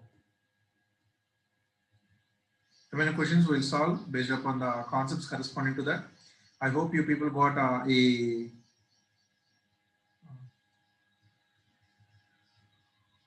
understanding regarding to the discussion we made so far. Okay. So if you have observed, now let's see the one more point over here.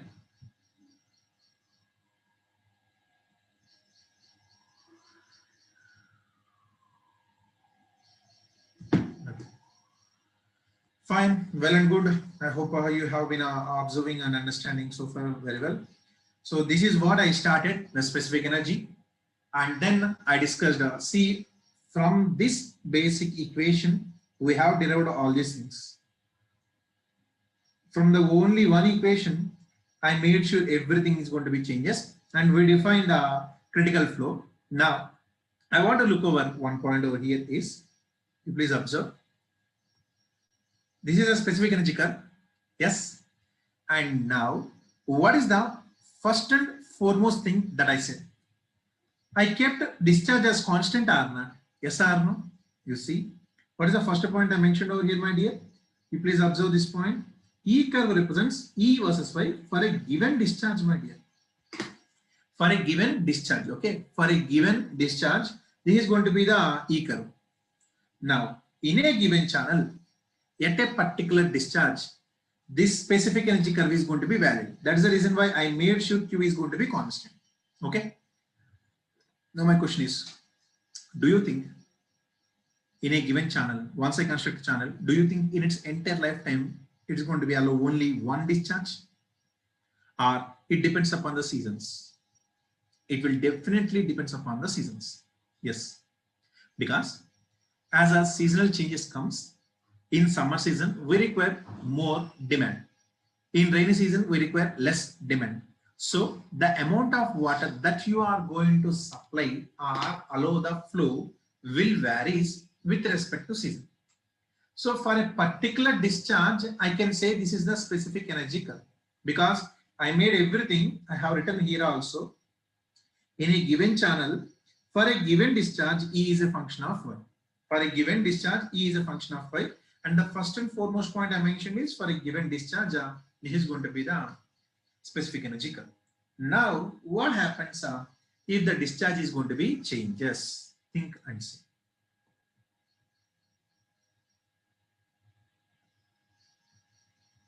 Not point. No. Not point. In a given channel,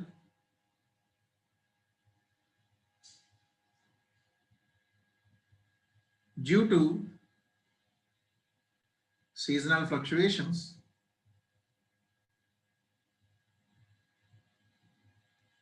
the flow rate may changes. When the flow rate is going to be changes, what happens to the specific energy curve?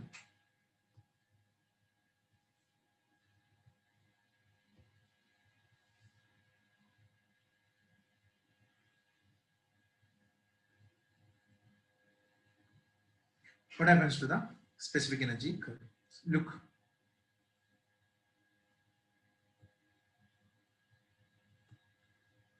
This is E and here it is going to be Y. This is E, this is going to be Y. And whatever this line is going to be the potential energy line, that you know that. Whatever this line, this is going to be the potential energy line. And whatever this curve is going to be the specific energy curve.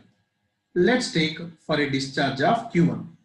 For a discharge of Q1, so means whatever the specific energy curve means, E versus Y for a given discharge of Q1. And for that, whatever these values, these are nothing but the critical values are not, yes or no. So this is EC and this is going to be YC. So for a discharge 1, let's say it is going to be EC1 and let's say this is going to be YC1. Okay. So now the point is, see, we understand all these things earlier, but now the point is what I'm asking you here is, due to seasonal fluctuations, the flow rate may decrease or may increase. So what happens then? The specific energy curve. Now for that, you know how to determine the EC and YC. Let me see that. In the case of the rectangle and in the case of the triangle. In the case of the rectangle and in the case of the triangle. In rectangle, YC is equals to Q square by G whole to the power of 1 by 3. EC is nothing but 3 by 2 YC. Yes. In triangle, YC is nothing but 2Q square by GM square whole to the power of 1 by 5. EC is nothing but 5 by 4 YC. So why I am discussing this point at the end is, now based upon the critical point, think and say clearly. Now, if I increase the discharge in the channel, if the discharge is going to be increasing from Q1 to Q2, which means if discharge increases, means if the flow rate passing through the channel is going to be increases, what is happening to YC? Please tell me what is happening to YC? Everyone, what is happening to YC? YC is going to be increases. And when YC is going to be increases, what is happening to EC? EC is also going to be increases. So if discharge increases, critical depth increases, and specific energy, minimum specific energy is also going to be increases. So whenever the flow rate passing through the channel changes, the critical depth and the critical specific energy is also going to be changes. Now think and say, now I'm going to increase the charge. I'm going to increase the discharge. If I increase the discharge, just now I said specific energy will increase or critical specific energy will increase. When the critical specific energy increases, now does the curve is going to be shift right side or left side? The curve is going to be shift right side or left side? Right side. Point number one. The curve is going to be shift first. As Q increases, YC is going to be increases. When YC increases, then the curve is going to be shift up. This curve will shift up. When YC increase, then EC is also going to be increased. Then the curve is going to be shift right side also. So if I draw a curve for the Q2,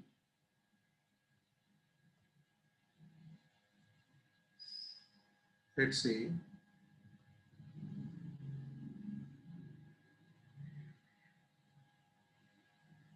this is going to be Q2, my dear. Let's say this is going to be Q2, and let's assume this Q2 is greater than Q1. This Q2 is going to be greater than Q1. Now you observe here clearly, whatever this point, this is going to be EC2, because as discharge will increase, whatever this value here, it is going to be YC2. I hope you understood clearly. So for rectangle or triangle, you take any channel, when the discharge is going to be increases, the critical depth is going to be increases. When discharge is increased from Q1 to Q2, then the critical depth is going to be increased from YC1 to YC2. When critical depth increases, then critical specific energy EC1 increases to EC2. And if I increase further, then this is going to be Q3. So I can write Q3 is going to be more than Q2. So what is happening over here is, in a given channel, due to fluctuations, the flow rate may changes. And whenever the flow rate is going to be changes, so if the flow rate is going to be increases, then the curve is going to be shift right side and upward direction. If the flow rate is going to be increases, the curve is going to be shifts right side and upward direction. I can say this is going to be right side and upward direction. Yes. So with this, I can conclude a point as conclusion.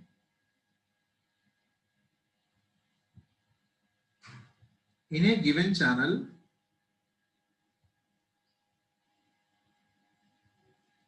if flow rate gets increases,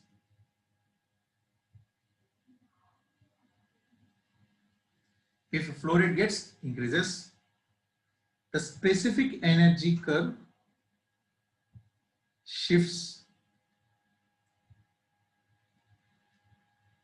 right and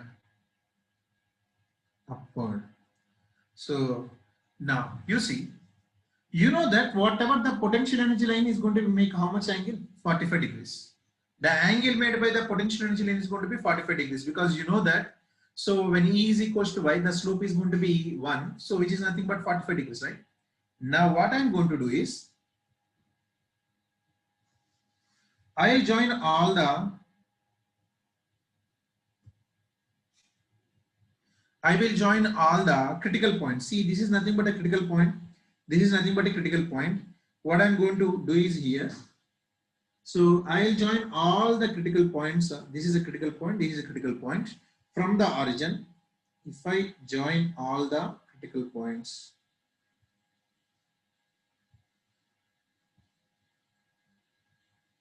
then this line is known as a critical line. What is this?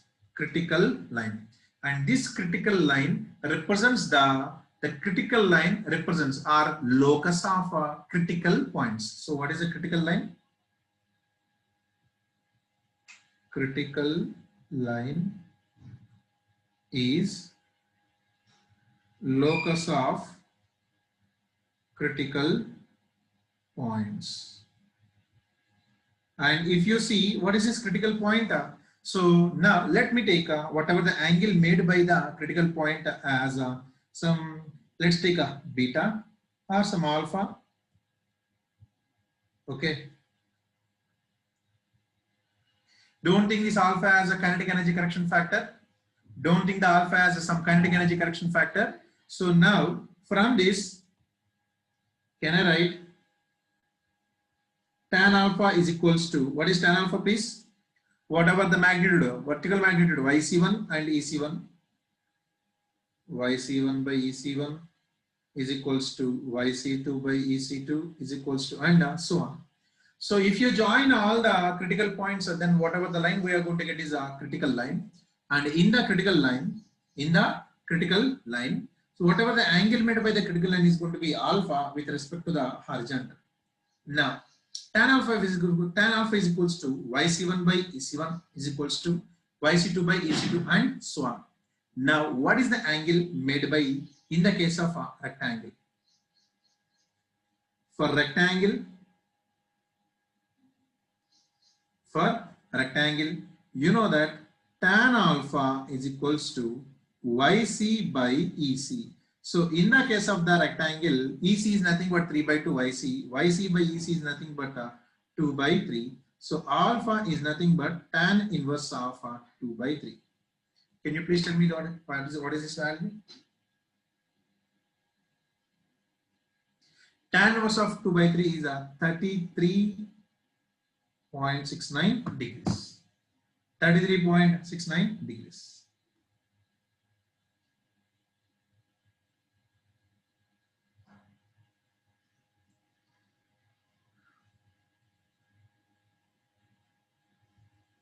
So 33.69 degrees or 30 degrees 69 minutes. So this is for the rectangle, and coming to the triangle.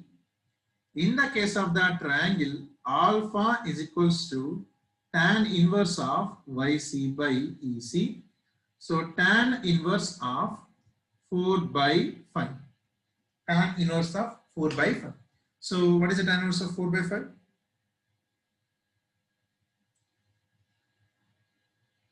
That's going to be 38.65 degrees. So my dear, what I want to conclude over here is, whatever the angle made by the critical line will be always less than the 45 degrees, right? So this is a potential energy line, will make an angle 45 degrees, and the critical line angle is less than 45 degrees. Yes or no? And you can see in rectangle, what is the angle? 33.69 degrees. So in triangle, 38.65 degrees. So this is what I want to say. The conclusion over here is, in a given channel, if flow rate increases, E curve shifts right and upward. The E curve is going to be shift right and upward. So that's what I want to say over here. I hope you understood this.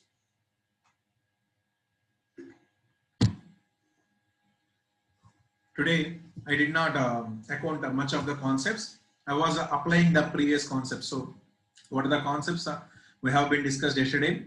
We was applying that, and we have done some problems. And tomorrow, the most important one. So don't miss class, tomorrow's class. Or not tomorrow, day after tomorrow. Tuesday, tomorrow there is a holiday, and then I think in Saturday is Ganesh Chaturthi. There might be a holiday. I cannot give you 100% for the Ganesh Chaturthi as a holiday, but I can say tomorrow is a holiday. Okay. Or let me give 1 minute. I'll conclude that. Give me a minute.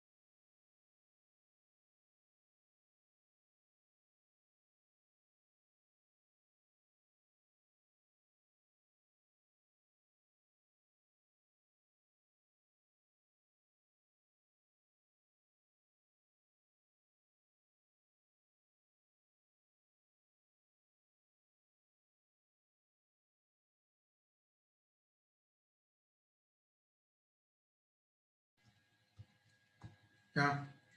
So tomorrow, Tuesday, there is no class of open channel flow morning, but tomorrow there is a hydrology class. Tomorrow hydrology class would be there.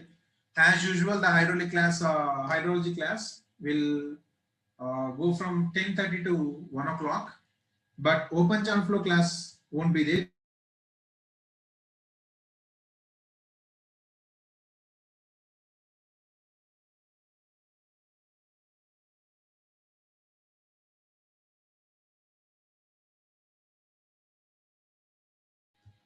So that's it. And what about Saturday, sir? Saturday, that we'll be discussing on, that will be decided on the Friday.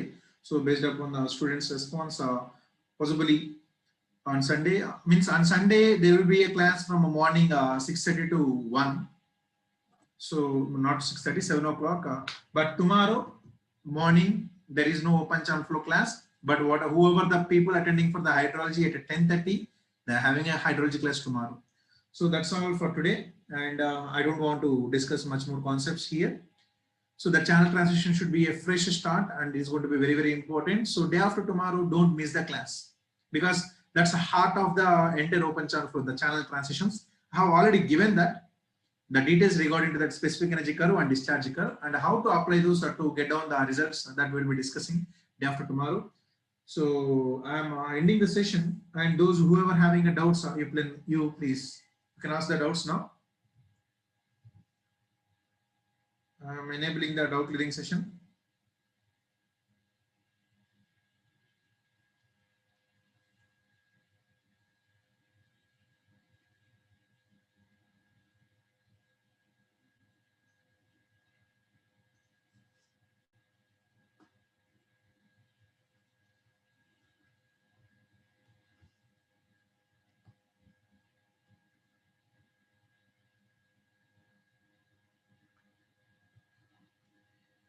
Okay, Mr. Pranjal, please speak out.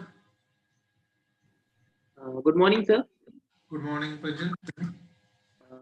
Sir, I just want to ask the example which we discussed that if the bed level rises, Okay. what is flowing through, then we will get the two depths y1 and y2. That y1 will be before. Those are not going to be the alternatives. Yeah, okay.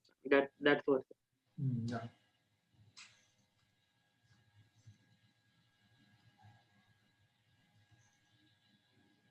Mr. Yash. Mr. Yash Patel. Mr. Yash Patel, please speak out.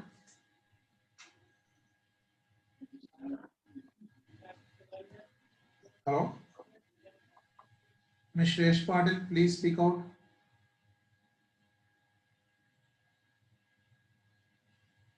Mr. Karthik, please speak out. Mr. Karthik, please speak out. Hello. Can you listen, sir? Yeah, tell me, Karthik. Sir, will you please open page number 60? Yesterday's class. No, sir. Day before yesterday. 60. Yes, sir. This one. So what's your means? You say the concept, please. You have wrote that tau max shear stress, sir. Yes. If you open, I can tell you. Tau max shear stress. Yeah, what happened? So tau max equals to gamma W R into S naught you wrote, sir. That is average. But on sites you have wrote 0.75 into. That is average, yes, my dear. But this for is average. But for maximum on sites you have wrote in terms of depth. That's why I say, na, see, when you are taking average, you are taking the hydraulic parameter, hydraulic radius. Okay. See, this is a derived one. This is a derived one. Gamma W into R into S naught. Hello? Okay. And this is from the practical observations. This is from the practical observations. It was observed that is 0.75 into white. Okay, sir. There is no derivation for the tau max on sites. No. Right? There is no derivation. This is not derivation. This is, I said not clearly here. From feet. Okay. By using which device? See, this is a Prashton tube is there or not? Yes, sir. Yes, sir. Prashton tube is a device used to measure the shear stress. Okay. Okay, sir. Okay? Yeah. Okay. Thank you, sir. Yes.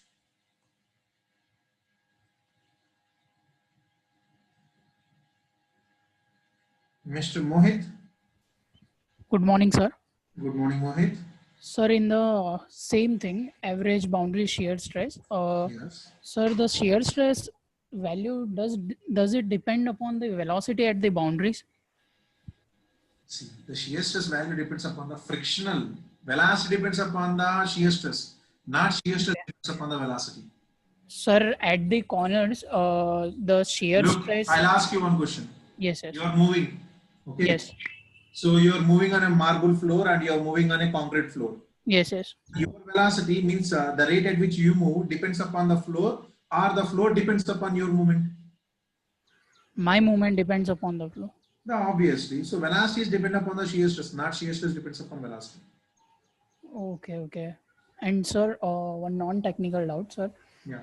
Sir, at the time of GT, you said that in the upcoming subjects, you need to revise the previous ones.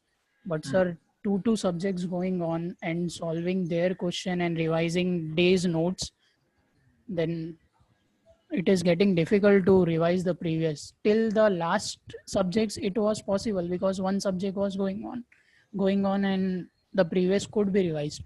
But two subject going on, and sir, how to manage? Can I ask you one question? Yes, sir. What is the previous subject? Previous subject was strength of material. Strength of metals or environmental engineering? Strength of material, sir. Okay. So at what time the subject used to come? Means how many hours that subject was taught per day? Around 5 to 6 hours. 5 to 6 hours.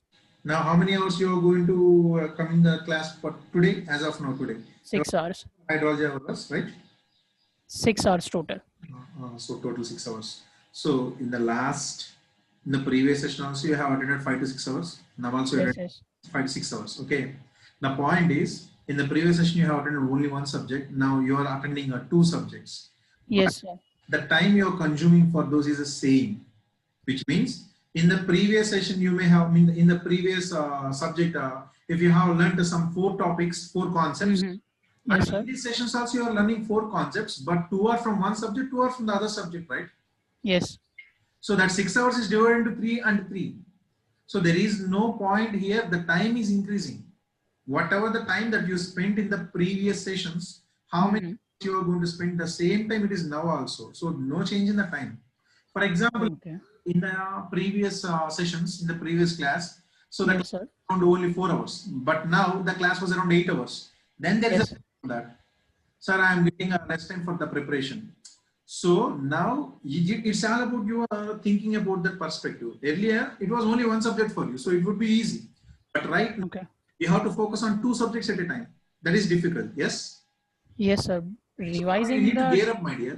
Now, Sir, now you need to gear up. See, it's been like a 3rd month, a 4th month, I think so. Yes. okay, okay. Yes, sir. So there must be a stages.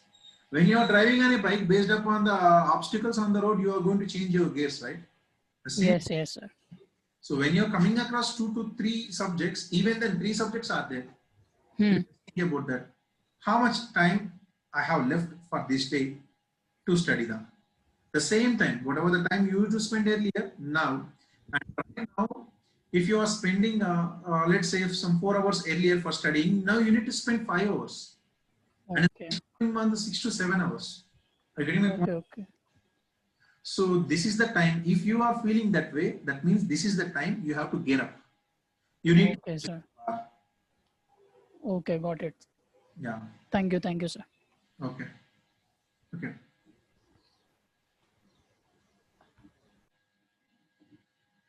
Okay, Mr. I think everybody is completed. Mohit. Mr. Sir, Hello. sir, I'm done with that. Yeah. Okay. Fine. Hello, sir. Hello, Venkat Bhaskar. Yeah, sir. Sir, in the last slide, sir, I might have.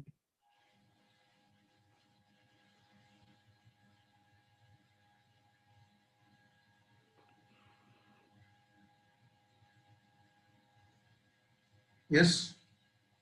Tell me what's your doubt. Sir, here tan alpha is equal to EC by YC, na sir? Babu, what is tan?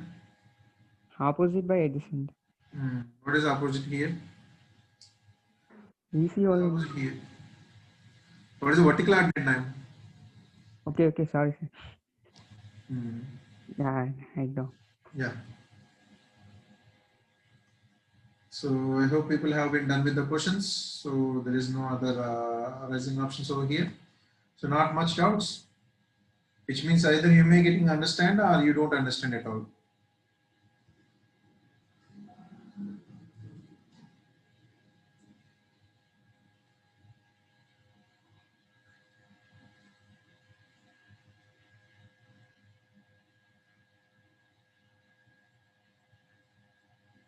Okay. So now I'm concluding today's session and we'll meet day after tomorrow.